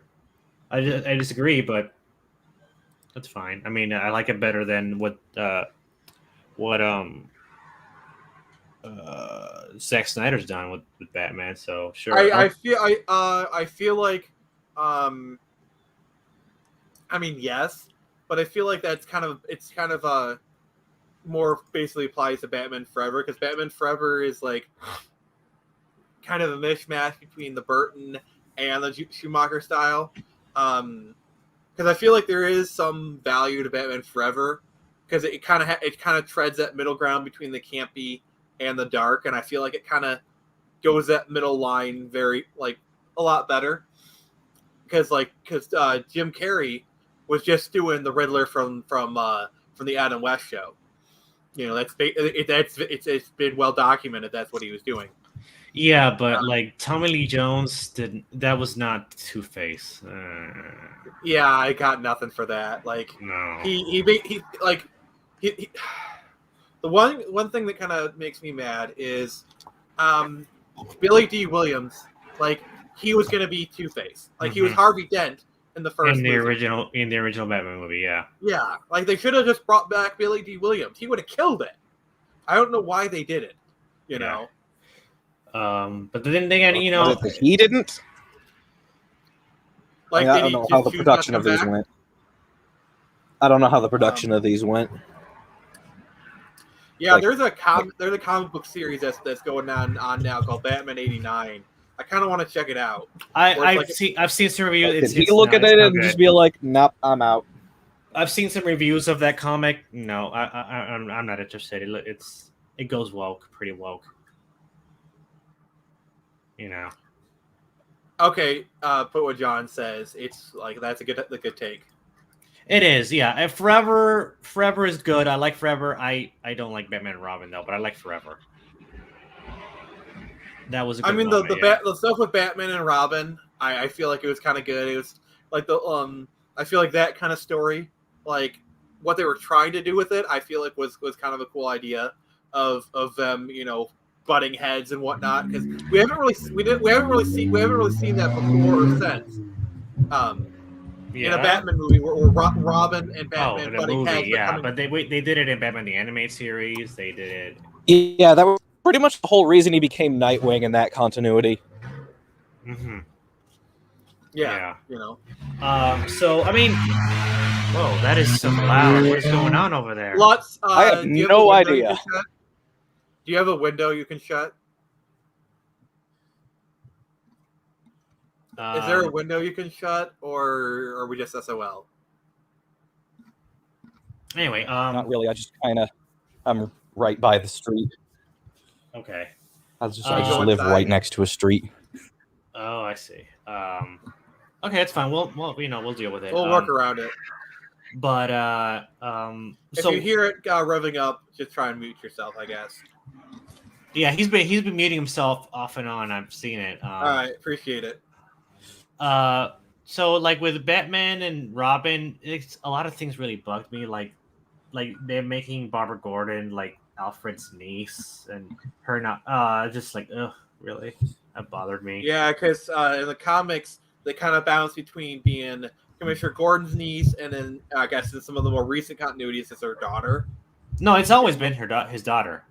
Oh, I thought it was the niece. No. Because Barbara Gordon was always Commissioner Gordon's daughter. So Barbara is both the mother and the daughter.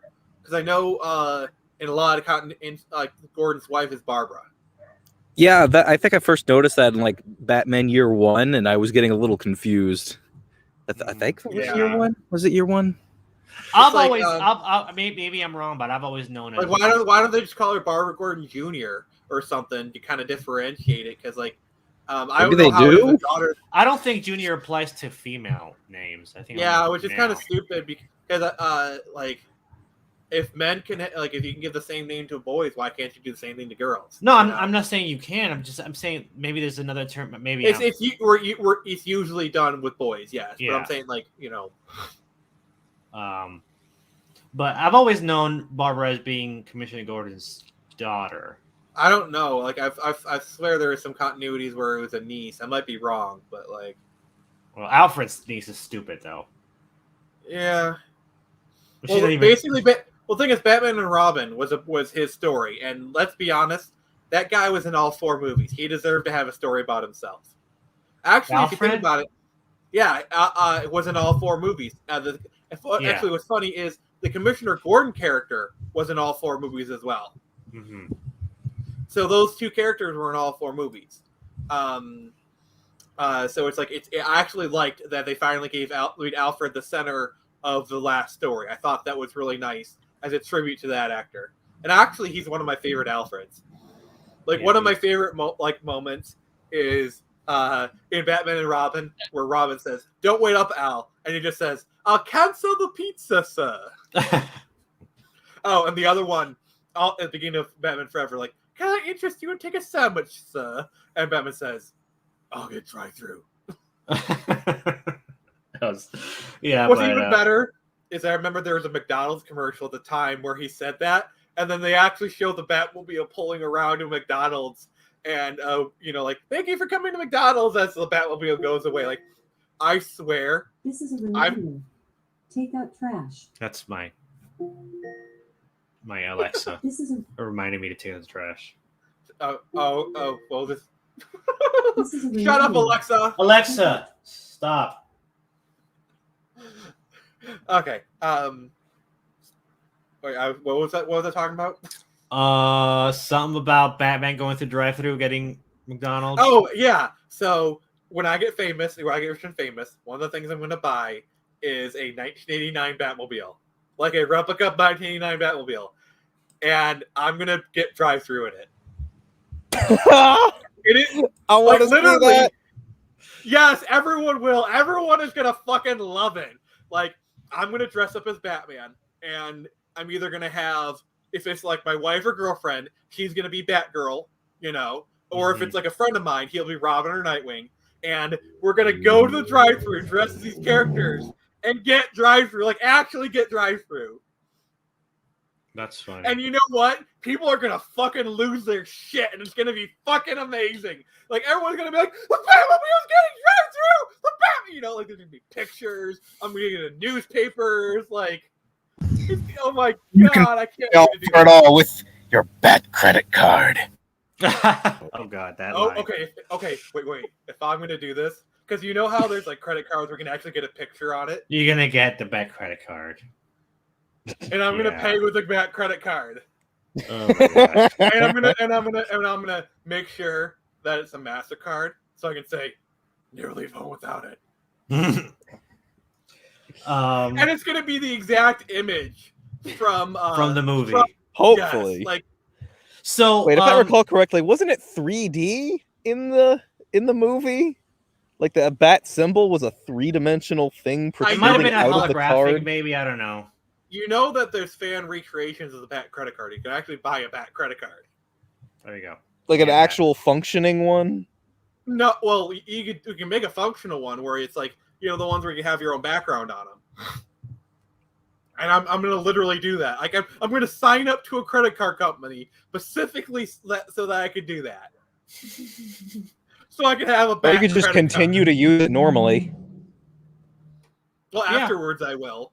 But like, the Bat credit, just because I just feel like if I go through the drive-thru and like pay with a Bat credit card, the person will be like, "Oh, and he's paying with a Bat credit card. Of course he is." I just feel like that's kind of like the cherry on top. That's funny. Just think about it. You pull up, and by the way, I'm going to do the whole, "I'll take a quarter pounder and cheese, please." Either that or I might do like Big Smoke's order, like, "I have 2 number 9s, a large number 3, and a diet drink." No, I don't do that. But like, I do my order. It is the Really Batman depends on like what what goes to all the numbers there. No, I used wouldn't to do that. I used to work for a company that the guy had an actual replica of the '89 Batmobile. Was pretty Those things awesome. I've seen. Those things are gorgeous. Like, Yeah. if you see them in real life, they are gorgeous. I've seen one in real life. I've seen it up close and I've touched it, so yeah. So mine is actually going to be able to shoot flames too. Ooh, okay, cool. So are you going to go with the 89 Batmobile? Of course, that's my favorite.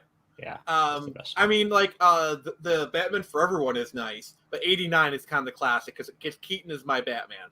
And honestly, it won't be cost me that much. It'll probably cost me like $100,000 or $200,000 to get one. Not too bad in the grand scheme of things.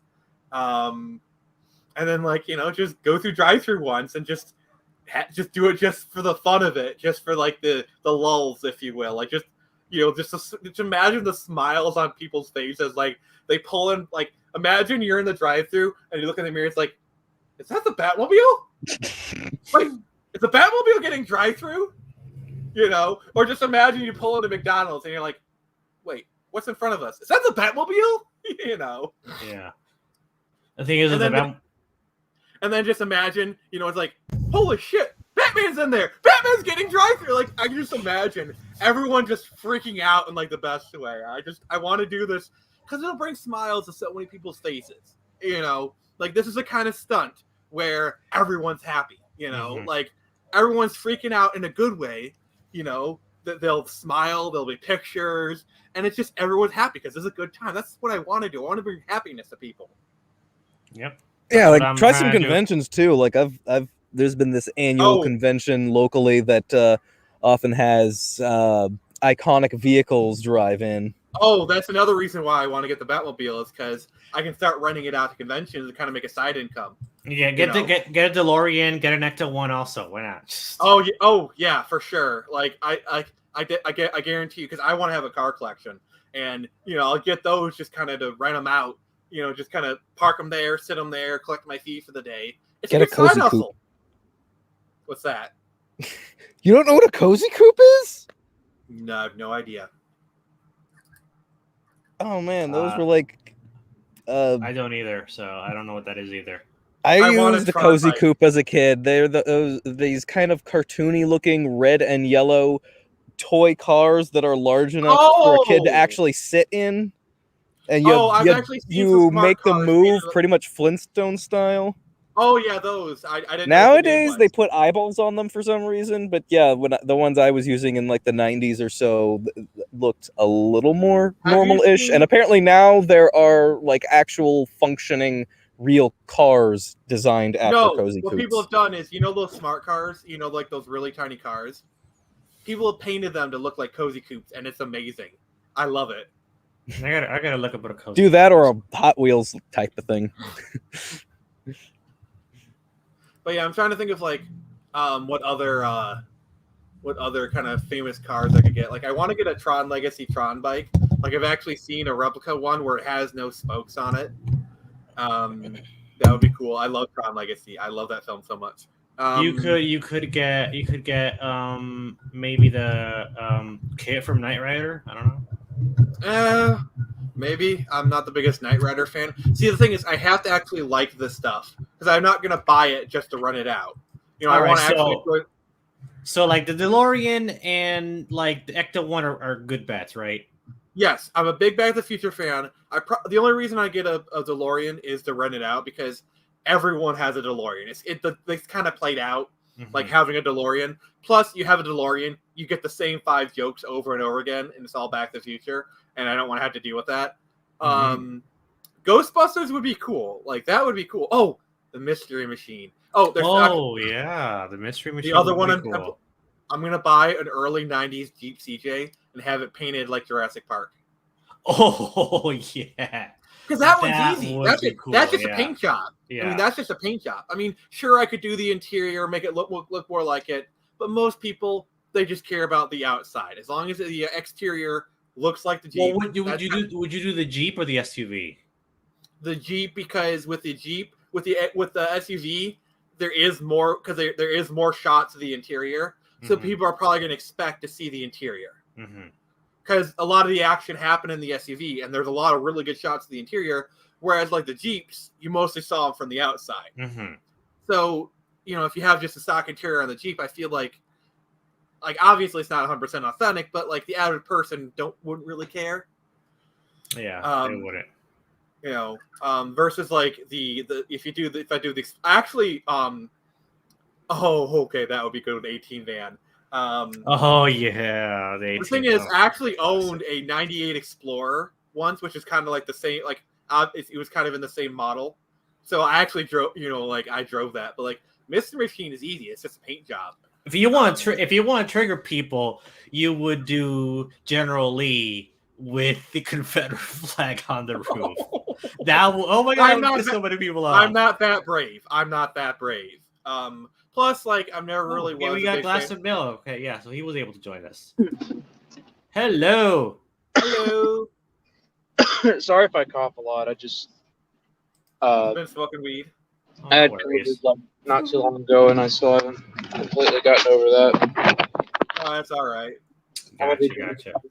So, what did you think of my Green Lantern recommendations? I think I'm gonna give them a try for sure. Yeah, I definitely heard of some of them. I read some of Secret Origin. I gotta finish it, but it's really good. Yeah. Yeah, I think that's a really good introduction to Green Lantern, the Secret Origin. That's really, really good for like first comers to the Green Lantern stuff. Rebirth, Green Lantern Rebirth is good. What Ethan Van Sciver and Jeff Johns did. It's set after he became Parallax, but that whole thing I just didn't like it. Yeah, so the whole Emerald, what was it, like Emerald Twilight? Emerald Twilight, yeah. So everything after that is good. Just go with the omnibuses if you can get those, and you're good to go. Yeah. The two animated movies are really good, and then the animated series is really good too. Yeah, I always want to know about those as well, because I do have some friends that, I don't mind reading the comics. Mm-hmm. Have you checked out Justice League? I know they're not going to read it. Yeah, Justice League New Frontier also is a really cool take. Yeah, it is. It's a really good take. On Green Lantern. It's kind of a Green Lantern origin story in it. Oh yeah, I've heard the New Frontier comics are good. The movie's good. The movie's really good. The movie's really good. Really? Okay, I'll check that out. Because I was worried with, how the movies are now that it wouldn't be good. No. I think you're okay. So, in my opinion, you're safe with most of the animated movies up to Flashpoint Paradox. In my opinion. I do like some of the Batman ones, like post like Batman Bad Bloods. Like I don't. Yeah, I personally Justice League versus the Fatal Five. Justice League versus Teen Titans and Teen Titans Judas Contract are good. I personally am not a fan of any of those. To me, there was a shift. Flashpoint Paradox was, to me, the marker of them lowering in quality for me.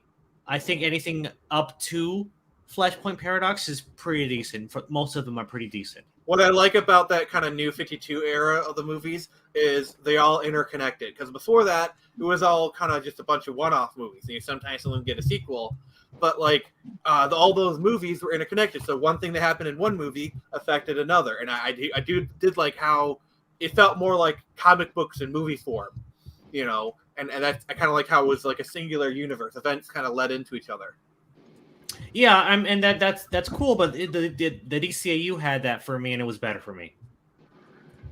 Well, that's the DCAU. I mean, they did that over 15 years, over 5 or 6 different shows. So like they had more time, and they had more it's a difference between let's say there's 15 movies in this thing, over a 5-year period, versus 15 years of and they had 2 or 3 shows running at the same time, where each season was 10 to 20 half-hour episodes. So there's a lot more content over a lot more time that allows you to spread things out.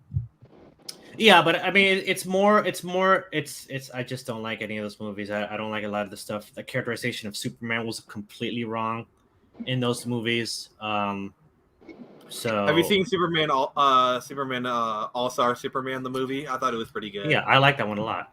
Right. I'll definitely check out the movie, because I read the comic, and I did love the comic, but I just heard they cut out some stuff, and I didn't know if I would like that. They have to, and I understand why they have to. I mean, I get it. I thought it was good. Yeah, All-Star Superman is pretty interesting because they're deliberately trying to evoke Silver Age Superman and all the trappings of that. You know, I thought they did a really good job. But I mean, if you're interested in Green Lantern First Flight is good. Green Lantern, live action, Emerald Knights. Emerald Knights. Isn't that the one with like all the short stories? Yes, and that's a pretty good one. I like that one too. And the Green Lantern animated series is also really good. Yeah, I just haven't, like, when it comes to Green Lantern, I don't see a lot of people talking about any of that stuff. So well, actually earlier, I don't know if he's still around, but Christian Fanemy is a big Green Lantern fan. So well, the problem with Green Lantern is he doesn't really show up in like the mainstream adaptations that often. Like, yeah, he was an animated, like you know, but in terms of like big budget live adaptations, the most we've gotten is the Ryan Reynolds movie, which I think is good, but the common consensus is, oh, it's crap. You know, and they've been kind of dancing around Green Lantern. Like in Justice League, they showed some Green Lanterns. You know, like they mentioned in Stargirl, I think there's actually a Green Lantern character in season 2 I've seen. You know, but they really haven't done you know, much with that. I mean, honestly, you want some people of color in the Justice League. Jon Stewart. Put Jon Stewart in there. Yeah, I mean, they're doing an HBO Max Green Lantern show, but I don't trust it. Because honestly, I think at this point, if you ask the average person about Green Lantern, they're probably going to talk about Jon Stewart. Like, I think at this day and age, more people know about Jon Stewart because of his involvement with Justice League than they do about Hal Jordan. I like Hal Jordan. I like Jon Stewart. I like them both about equally, honestly. I like them all, but I also do like Guy Gardner because I just like he's kind of like I just like him because I love imagining him with the Alpha Lanterns being like, fuck you, fuck you, fuck you, oh, and fuck you too. You know, like it's like, I don't know, I just love his whole like attitude, like, you know, fuck you, you know. Yeah, he's Guy Gardner and Booster Gold. Oh my god, that sounds like a sitcom right there. Yeah. Wait, I already know the name. Pride and Rage. Pride and Rage. Because Booster Gold is Pride, Guy Gardner is Rage. Green Gold. I don't know, like what, like the way that you're talking about Fool's Gold. Fools. That's a good one. But yeah, I will start with the. Go on. I love Booster Gold. I just love the concept of the character. Like, some average person from the future just time travels back to our time with a bunch of future tech because he wants to be a superhero. Like, I love that concept because it's just so fucking believable. I think Booster Gold could be a really good comedy for DC if they did some, you know. Yeah. But anyway, were we going to say in Glass? Anything? I thought you were going to say something. Glass? Oh, I didn't say anything. Okay. So, Glass, yeah. I have this question for you. Since you have the Ninja Turtles avatar, do you think they'll make an animated Last Ronin movie? You know, maybe actually, because it might be just edgy and dark enough. Because the thing is, Last Ronin is literally the only, like, as far as I can tell, the only Ninja Turtle story in the past 20 years to get mainstream attention. Oh yeah. Yeah. And like you said, it is dark and gritty enough. And I think they should do it animated. You know, I think live action, CG maybe if they can do it right. But like, I feel like hand-drawn. I have heard that there is a live action movie that's coming out. I don't know. I mean, I don't think we got anything on it right now, but I don't know if they're going to do it right. Yeah, that's a scary thing. Like, because another reason I wanted animated is because it would be a different studio. Like, depending on who you got to do it, you know, like it's a different kind of system. Because I feel like if you get it in the right animation hands, there's more potential for it to be like, you know, loyal to the source material, not as much kind of stuff. Whereas live action, you're pretty much guaranteed no one's going to inject some shit into it. And I like the Turtles cartoons. I like those first two Turtles movies, even the second one that's pretty cheesy. And I did start go ninja, comic, like the IDW comics, but then I heard what they were doing. Like there was a fifth turtle that came and she was like lesbian and all this stuff. And I'm just like, nah. Oh, they made her. They made her lesbian, did they? I didn't know that. That's what I heard. Of course they did. Of course they did. I mean, it's not like a woman can be attracted to a man. She has to be a lesbian. I mean, my favorite Turtles incarnation was the 2003, which is what your Avatar is from. Oh yeah, no, I love that show a lot. That's Michelangelo's Turtle Titan, and I like that. I want that show on Blu-ray, like please. The 2012 one's pretty good too. It's not bad. I mean, the 2012 was good. I didn't hate it. I didn't love it either, but it was entertaining. All right, did you ever see the? Did you ever see the? Oh, he muted his mic. Really quick, I'm just about to step inside, but what were you gonna say? All right. Did you see the crossover movie they did with the 2003 and then like the 80s Turtles? Or it was kind of like Forever. Turtles yeah, Forever. I never got to see that. In a while, but I did. I saw it when it was on TV. I thought it was pretty good. I like how in the end they literally went to the black and white Turtles universe. I thought that was great. Like they actually paid tribute to the original Turtles. It was really cool. Turtles Prime. I mean, I never got to see Turtles Forever. But I'm still hopeful that they'll come out with the 2003 series, like a full Blu-ray set, and then it'll include that movie in it. That'd be great. I think the only reason that they're not is because it was for kids, so there's some like controversy there. That's also why. But isn't 4Kids basically a holding company at this point? Like they barely exist at this point. Yeah, something like that. I just know. I don't know if you guys are like big anime nerds or anything, but Yu-Gi-Oh! That original series is never gonna get re-released, redubbed, anything because it's like on Netflix. Well, yeah, but I mean, like they can't. I guess what I'm trying to say is they can't ever like sell any physical products or redub it or anything because there's some like legal stuff there. Yeah, because 4Kids had their hand in Yu-Gi-Oh. I mean, they butchered One Piece, but One Piece basically Funimation took it over and they redubbed it, so One Piece is fine. Pokemon, like the first, I think 5 seasons, not the first, like basically up until like 2005, was 4Kids, you know. And they actually did. They did go back and redub, like what was it, like Shaman King, I believe, or something like that. And then they did redub some Yu-Gi-Oh, but then they got caught. They weren't paying like certain royalties or whatever, so that's when 4Kids. Yeah, because I know they're trying to bring back Shaman King. Like, did the anime series ever come out? Like the new Shaman King animated series, because I was a big Shaman King fan back in the day. Yeah, I don't know about that. I just know that was some of the shows that they actually did go back and redub. And I mean, hey, to their credit, they did a good job. It was just that. Car alarm. So, question. I don't know. So it's not only me. So, what if they? Okay, what if? I wonder what would be the legal implications where if they redub the series, but they use some of the original actors, like for example Veronica Taylor as Ash for the original stuff, or are they legally allowed to just redub it, but just reuse the same voice actors? Like, would that cause some stuff? I don't know about like Pokemon and all that stuff. I just know specifically Yu-Gi-Oh. Like those couple early episodes and like early series and stuff that there's like a bunch of legal crap going on there. What's to stop them from just hiring as many of the original voice actors, or even just bringing in new ones to redub it?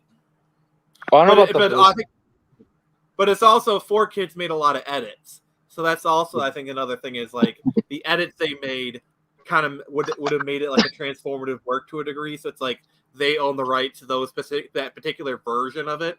So like they can't use that edit without paying them royalties. Like so if they wanted to do it, they have to like re-edit the show kind of thing. I'm just trying to make sense of it. Unions, the bane of all existence. Yeah. But I don't know. It's an interesting quandary. Yeah, I just kind of want that 2003 show on Blu-ray. I'll even take the fast forward and back to the sewer seasons as part of the set. Fine. I mean, that is part of the series, so Yeah, you it know. totally is. It's not like I mean, hell, if it's like a DVD set, you can just chuck those DVDs out the window if you wanted to. Yeah, Another I might thing still too, watch. with the Turtles, maybe. I mean, because Nickelodeon, I think, owns Turtles. Yeah, they do. They probably Yeah, could. Nickelodeon owns the rights. That's all I could I think guess, about regarding the Turtles is maybe there's some like controversy with their kids and like some legal issues or something. I don't know. I think because I think the biggest thing is how much it's kind of a balancing act of like how much money and effort will it take to get this all untangled and how much money will they make out of it. And if the money they make out of it justifies the time and the money, then they'll do it. But if it doesn't, they won't. You know, Which sucks for people like me who would just want to own it.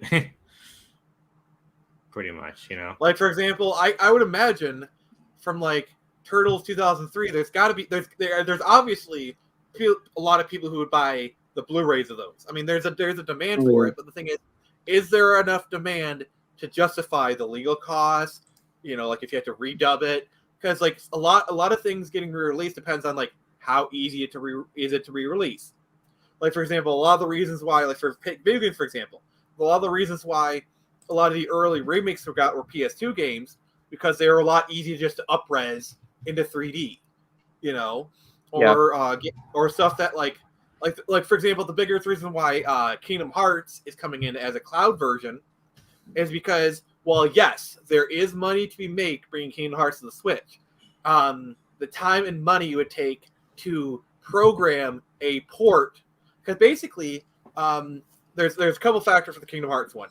The size of it, which is ginormous, and then there's also the time to put it on there because, like, the versions because they had to rebuild Kingdom Hearts almost from the ground up for the HD versions, because like the source code was lost and a lot of the models were lost. They had to rebuild it using Kingdom Hearts 2 source code, and so like they can't just like downgrade it. Like they could, but it would take a lot of time and a lot of effort, and it makes more financial sense. Well, John, you're right, so I'm not going to fight you. I'm just going to agree with you. So it just makes more financial sense to release it as a cloud version. I don't agree with it. I think they should, port it, but I understand why. I'm just giving an example of like, why things get, kind of using that as a reason to why we might not be getting Turtles, because there's all these legal hurdles, what if they could just give some money and buy the rights? And then by the way, I just did some research on Jenica, and they did turn her into a lesbian. So they introduced a female turtle and they make her gay. I mean, that is just so transparent. I mean, wow. Yeah, it's just checking boxes. Yeah. I mean, that is just so disingenuous and so agenda driven. And I'm going to say it right now, that's a total agenda. Like, I mean, I really don't really have issue with them doing a female turtle. I mean, they've done it before. Yeah. But like Venus de Milo, Yeah, no, that's fine. Yeah. But like, it's just so. Why was the character created? Why was the character created? The character created was for her to turn her into a lesbian. That's why she was created. And apparently, he's basically the centerpiece of the comic now. Because they could have gone with Venus de Milo. They could have introduced her. She was already created. She was already created. And I honestly, Next Mutation was not a good show, but like Venus, pretty much. But like Venus was actually a decent character. I feel like he was actually a decent character. I mean, the gimmick of the show was there's a fifth turtle and she's a girl. Her shell literally has boobs on it, which is kind of funny if you think about it. Like a turtle, the underside of the shell has boobs on it. Like it's kind of funny, kind of really funny if you just kind of take a step back. Yeah. But Venus was just a member of the team. Like she was just a fifth turtle. She was part of the team. It was the whole dynamics, and I felt like. But yeah, I mean, literally, she was created to virtue signal, to check a box, literally. Like, It is apparently the I Am Not Starfire character is a self-insert. Oh, definitely. Yeah. Have you seen? Like if you look, yeah, they look pretty much the same. Like even the same hairstyle. Yeah. Hold on. I mean, I really don't really have problems with self-insert characters on like a base conceptual level. The problem is when you make it so fucking obvious, and you make it so they make them such like a Mary Sue or a Gary Sue kind of character versus like, oh, this is a character, now they're just one of the team. Yeah, they're self-insert. Like, I'm gonna be honest with you, from Project Axis, Giles is a bit of a self-insert, but I try my hardest to not Gary Stu him. Yeah, I mean, the thing is though, it's just like, I don't know, like, it's so obvious and so blatant when they do this, Yeah. I mean, the argument keeps coming back to, why don't you just create your own shit? I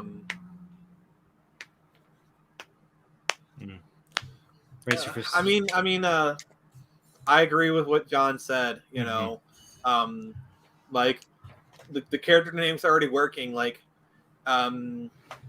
it's like they were named after Renaissance artists. Venus de Milo. At least they kind of did the whole like Renaissance kind of stuff with her. Yeah. At least they had enough foresight and care to do that. Jenica is so just lame. Oh yeah, and but like they at least tried with Venus de Milo. Yeah. You can at least give them credit for trying.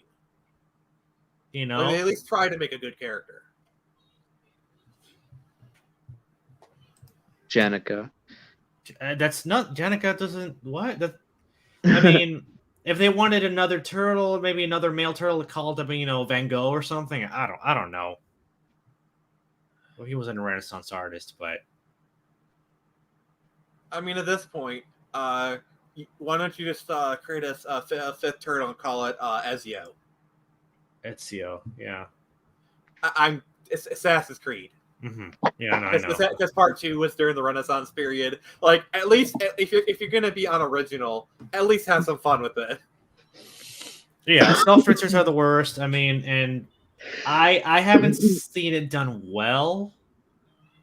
I don't know. Can you give an example of it being done decently? Access. Huh? Product Access. Oh, okay. So true. To be fair, Kyle is kind of like a hyper, like what the person I want to be.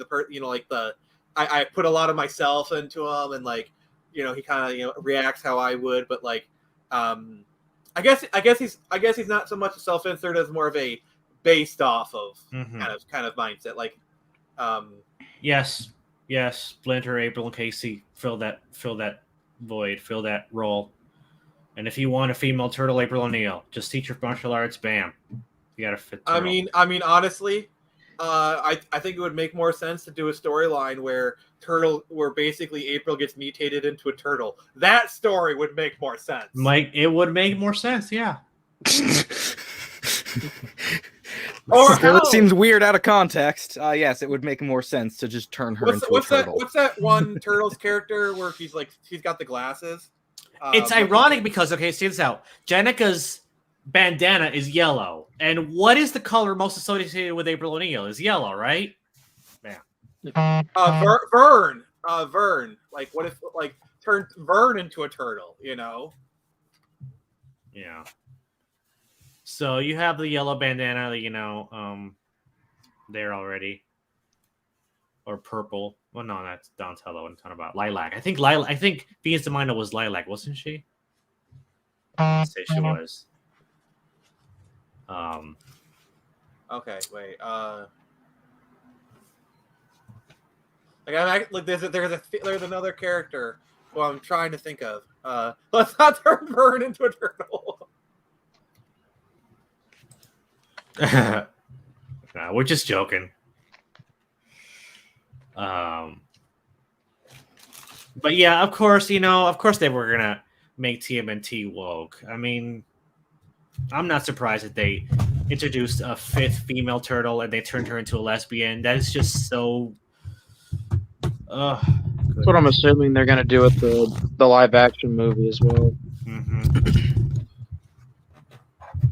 Yeah, I know. And then, well, wasn't Michael Bay?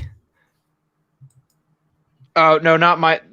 There's a rumor, or it might be confirmed now, but there's gonna be like another live action Turtles movie.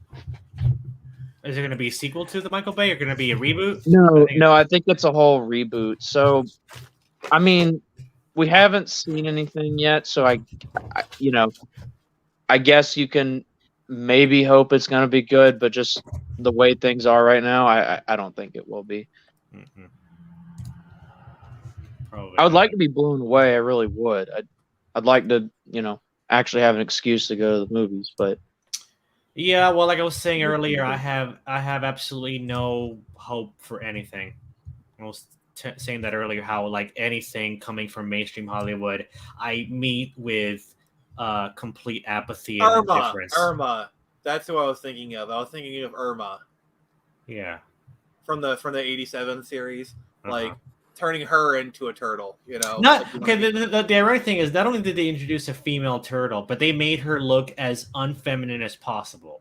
Jenica's well, yeah, because like, of course,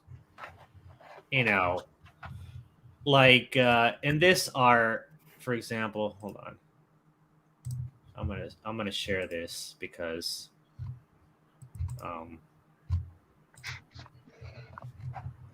share screen.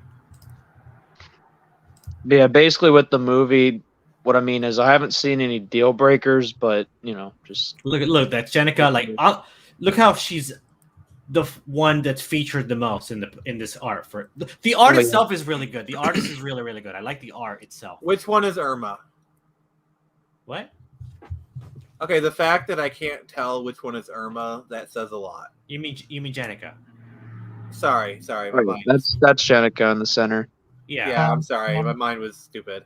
The fact that I can't tell which is Jenica.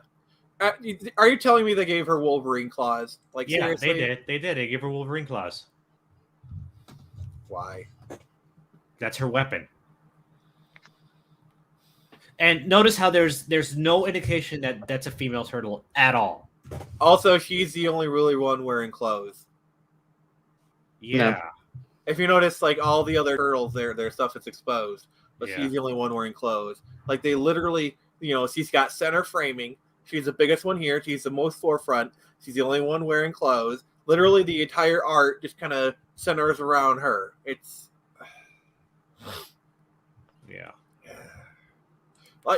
it's good art. Like, it's actually really good art. Like, yeah, the art itself is really well done. I mean, I like it. It's good. But they just had to make her look as unfeminine as possible because we can't have that. There's I mean, you'd think she's another brother or something, a brother from another mother. Yeah. Yeah. It's crazy, and by the way, her girlfriend is a mutated pig, which is weird. It's I mean, to be fair, I think any kind of romance with the mutations would be kind of weird anyways, but where do you stick it? Like, where do you put it in? That's the question. To be honest with you. I don't know, but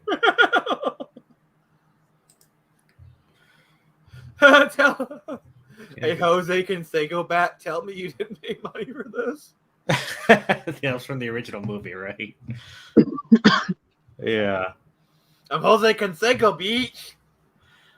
But yeah, so like, just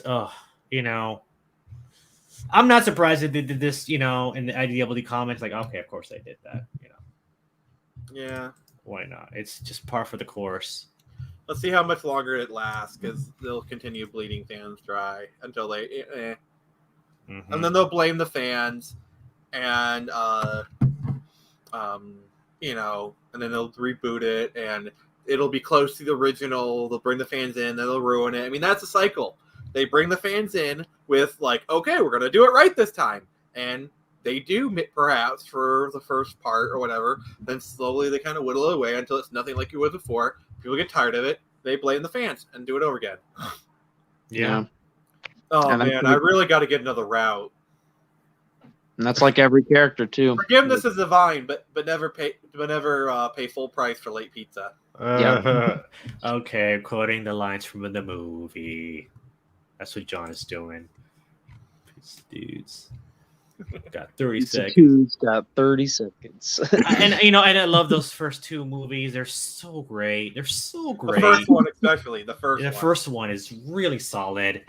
Did you know that Turtles? I think it actually still might be the highest grossing independent film ever made. Yeah, I think that's what I was filmed by heard. Golden Harvest, the people who made all the martial arts film in the 80s. All right, John got it. John did it right. You know what I would? By the way, Nick, you're gonna appreciate this, but I would love it if the guys who are doing Cobra Kai did Ninja Turtles. How awesome would that be? Think about that. I tweeted about this. I mean, I don't really see any reason why they couldn't do it well. Like, yeah, sure. But I think the reason why Cobra Kai works is the creators are actually passionate about the story. Like, they actually give they care a lot about the Karate Kid Cobra Kai stuff. And so that's kind of the problem with like saying like, oh, they should do this or that. Like, if they're not passionate about what they're doing, they won't do as good of a job. You know? Yeah. For all we know, they could be passionate about Ninja Turtles. For all we know. I mean, if they are, cool. But I'm just saying, I don't know. And the thing is, getting Ralph Macchio involved is a big stamp of approval because he himself is actually really protective of Karate Kid. Did you know that Ralph Macchio named his son Daniel? Oh, really? Yeah. You know. And so the fact that the creators were so passionate about the franchise, yeah, and it's like if you hear the way they talk about the creators, like for example, William Zabka was talking about how like, oh, Johnny Lawrence isn't mine anymore. Like he talked about how like, oh, they're taking these characters in directions I wouldn't necessarily agree with, but I trust the creators. Like William Zabka is Johnny Lawrence, and for him to just blindly trust these creators to do what they think is right for the character shows a lot about who they are, you know? Yeah. But I think if they gave the right respect to Turtles that they've done with the Karate Kid and with the fight choreography, and I think even the music composers, I love the music for Cobra Kai. I love the music. Yeah, it's got like an 80s but modern still. I mean, it helps that we're still kind of like synth music for scores is still somewhat trendy, so like that kind of helps. It both feels both modern and vintage at the same time. So you can only do now. Like really, that's a thing you can only pull off now. And I see even the music composers and the guys like I would love their take on Ninja Turtles, a live action kind of show, like a high budget live action Ninja Turtles show with them. I would love that. You know. Oh, and to answer Hugh's comment, go hard or go home. You want to join us, Charles, or did I even send you? Did I even send you the link? I might have not. I mean, let us know if you want. Wait, I gotta do this right. How dare you? Let us know if you want. If not, you know, we might be going for like another 20 minutes. I don't know. I'm getting kind of hungry, so. Oh. Yeah. It's the eye of the tiger. It's the thrill of the fight. By the way, that reminds me another good handling of a franchise is the Creed movies. Oh, yeah. I mean, they're great. Yeah, because Creed is another perfect example of honoring the past but moving forward. Exactly. You know, like they respect the legacy of Rocky, but they're still moving forward. You know, and plus the whole like Creed having an illegitimate son. I'm sorry, but that is something I could definitely see Creed having an illegitimate son. Like that makes perfect sense. That made perfect sense. And then the mother found him adopted because she wanted a piece of her husband, and she wanted to forgive, and so because like that son is a piece of her husband, and she can raise him and be a good man. So it's like it makes perfect sense for that mother to do that. Yeah, we talked a little bit about Next Mutation before you came on. So I saw it. It was okay. I mean, but you know, I watched a little bit of it when I was a kid when it was first airing. I thought it was okay. Around that time, I was kind of like I was kind of out. Like I was a huge Ninja Turtles fan as a kid. By that time, wasn't really as much. But I thought it was okay. Most of my experience comes from the crossover they did with Power Rangers because I've seen that more than I've seen the actual show. So yeah, so the point is things like Cobra Kai and the Creed movies are the perfect blueprint for how to bring back a franchise that moves the story forward at the same time respecting its past. Yeah. You know, and most people don't know how to do that as well as those two things have.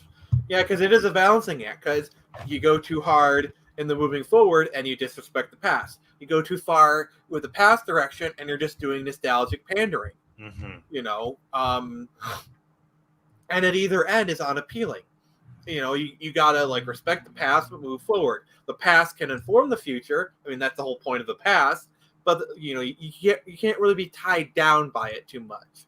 And I feel like, from what I've seen so far, Ghostbusters seem to be kind of treading that line of like, you know, moving forward. You know, like okay, they're bringing back some of the old people. Like the storyline is informed by past actions of the old Ghostbusters. Like okay, yeah, that's fine. You know, and like the new like two of the new people are literally. To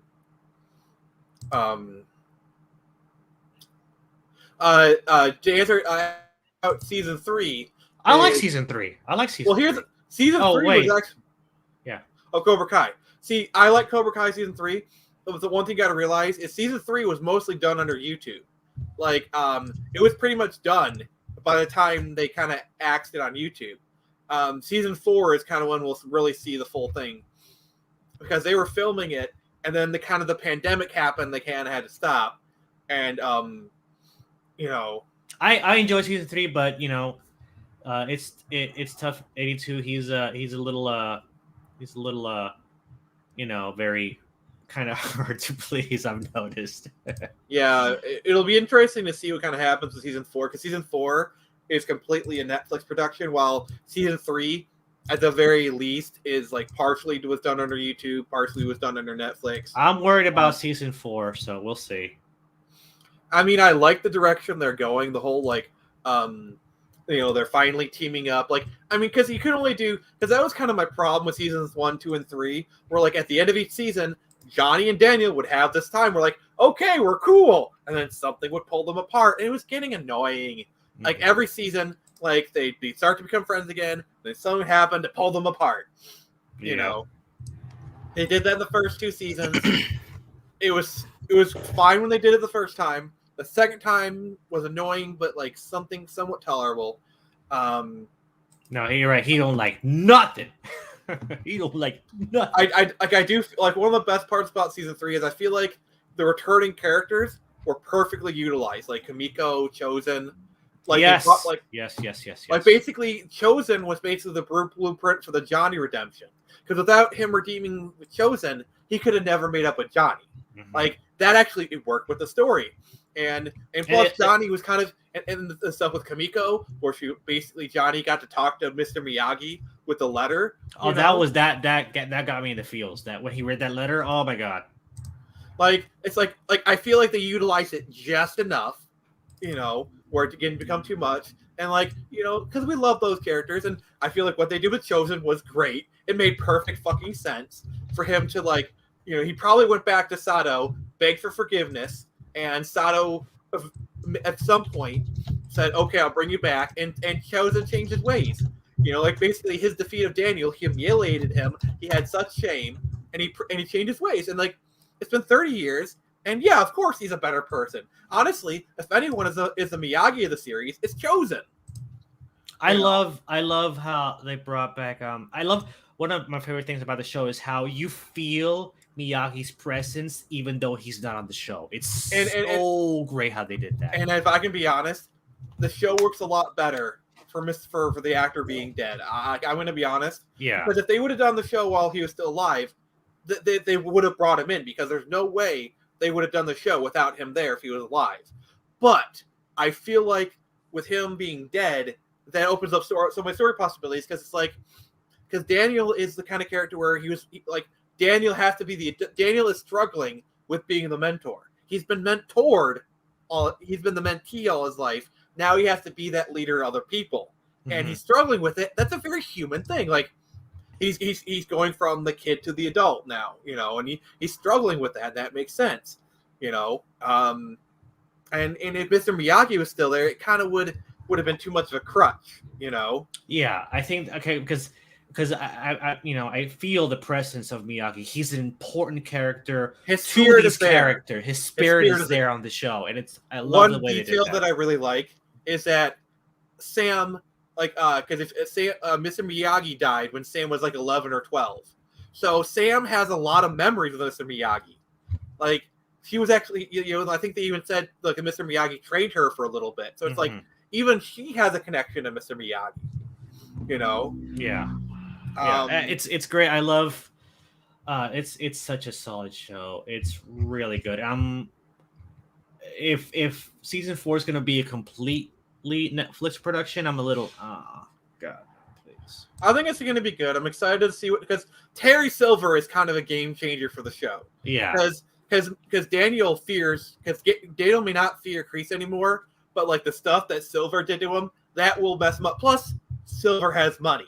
By the way, what's your favorite Karate Kid movie? Mine is part 2 when they go to Japan. I love that one. I love the first one, but the second one is my favorite.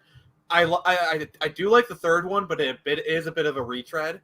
I like the second one because it's the one that moves the story forward, kind of takes you to a different environment. It's different, Third one, while I still like it, it kind of feels like a lot of a retread. Like they got the alley stand-in, that girl. He's doing the tournament again. Mike Barnes was a great character. Terry Silver, was a great character. Yeah. I've only seen that first movie. What's that? I said I've only seen that first movie, so I don't. I'm not if you're gonna get into Cobra Kai, I recommend watching the movies, at least those 3. Oh yeah, I bet. I mean, I know I should watch those other movies. I've only ever seen the first movie. I thought it was pretty good. Like watch the second movie. The second movie is actually really good. Really good. It's my favorite one. It's really good. Yeah. In my opinion, I think he should end it with Kamiko, but the Mrs. LaRusso, I love her character. Oh, she's great. I love her dynamic with Johnny. And I love that Johnny. And she's hot as hell too, by the way. Well, yeah. Okay, let's but I love how Johnny. He's always he's always nice to her because you know what the thing is. She treats Johnny as one of Daniel's friends. That's how she treats him. Yeah. She treats him as an equal, and because Johnny's a human being, he feels respected by her, he feels respected by her because she respects him, and he's like, I got no beef with your wife, Yeah, it's really cool.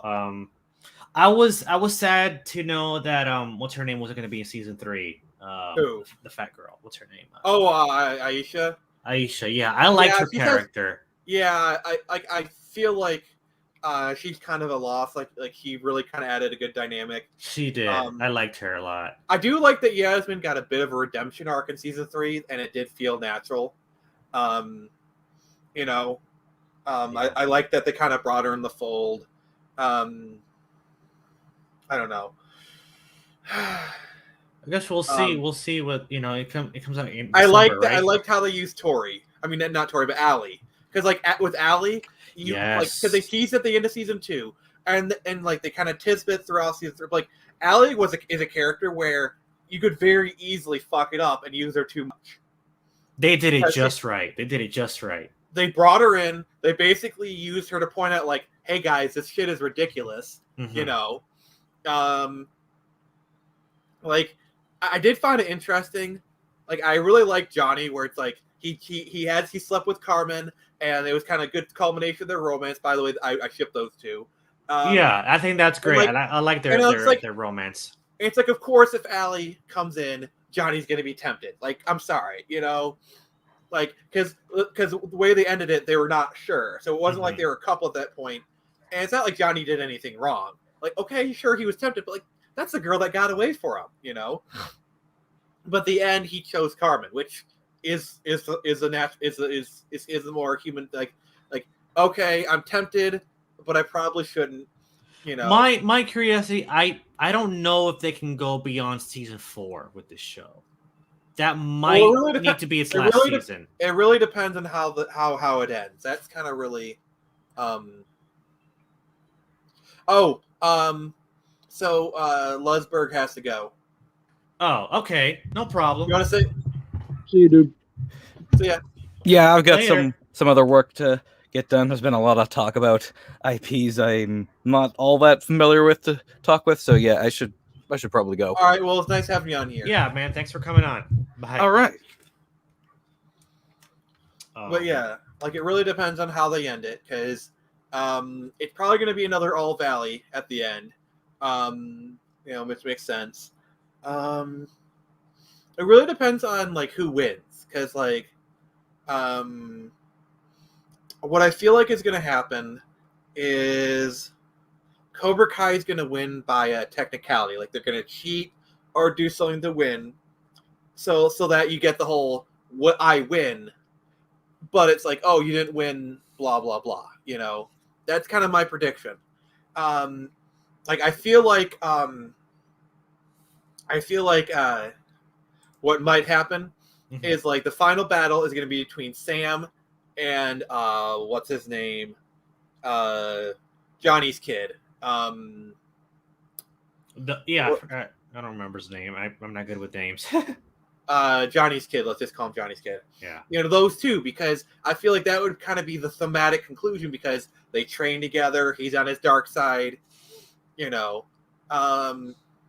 what they might do is I feel like they might do some like off the ring action where it's like, you know, they injure her kind of or something. You know, or whatever. And in other words, basically, Cobra Kai is one of their very few things that I'm still excited about. Because I think they said they have 5 or 6 seasons planned. Okay, well, if they haven't planned, then that's fine. I mean, if they have, yeah, it really depends on how they end season 4. Yeah, because I feel like 5 seasons sounds about right for what they want to do. But yeah, in my head, I see these guys doing a live action turtle show using a lot of the same techniques that they used for the original 90s TMNT. Because like there's not really much escalation they can do beyond this. Like I'm sure they can bring in Mike Barnes at this point, you know, but like Terry Silver is kind of a final boss in a sense. And like beyond the All Valley, what are you gonna do? Because like because eventually these kids need to go to college. This sounds a little bit off topic, but since you brought up live action turtles, there's this really weird commercial that was like done in the UK, and it had Donatello in it. And I've seen that. Wasn't that CGI? That was CGI though. Yeah, I mean, I know it was CG, but like if you're gonna do the turtles, I mean, that doesn't look bad. I don't know why. Don't know why they haven't done a movie like that. You know what? I'm gonna play that right now. Why not?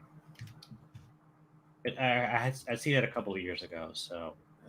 Yeah, I mean, I'm more of like a practical effects guy, but I mean, if you're gonna do it CG, that's a good way to do it. It looks good. Let's just kind of use this and kind of use that to cap out the stream, because we're about to hit the 4-hour mark. Yeah, that's a good. Where's I wanna? Oh, here it is. Yeah, we'll watch this, and then this will be it for today. I'm gonna. A second. Share screen, tab.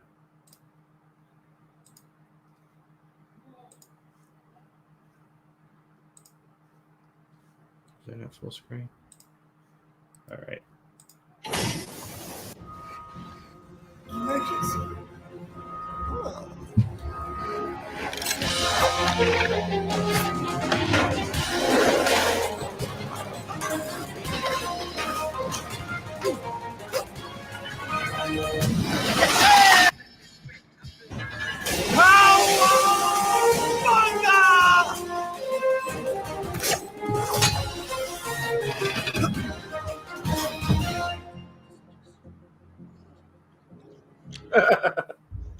Oh, dude, you gotta be kidding me. Sorry, mate. Direct line already gave me a shout. What? Don't ask. Thank you. Cool.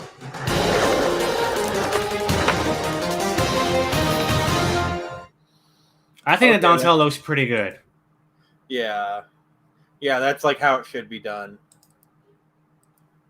Advertising on YouTube helps me reach engaged customers like Jenna. Okay, who cares? Whatever.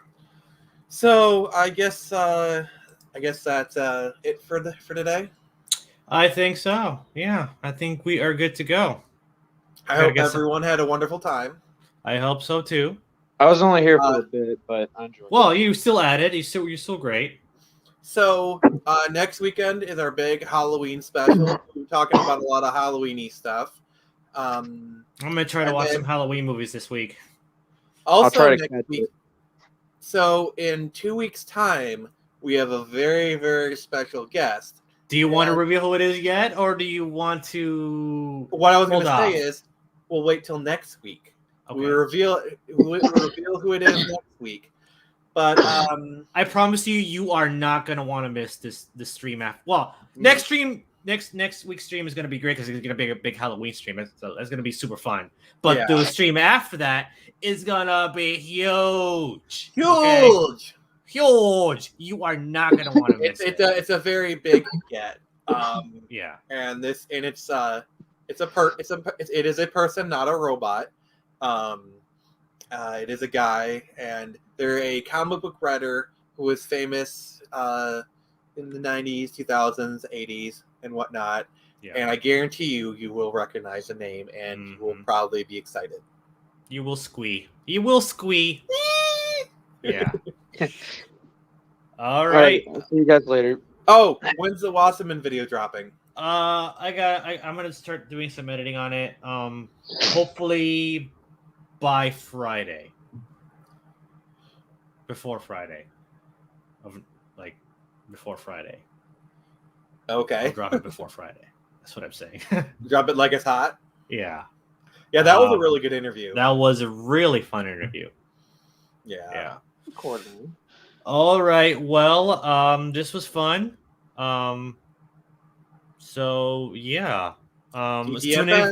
Tune in for our big Halloween stream next Sunday. Same Hero Geek time. Same Hero Geek channel. Definitely. We need to work on that. Yeah. I gotta get some food in me, so I'm gonna go. But all right, guys. Later. Peace.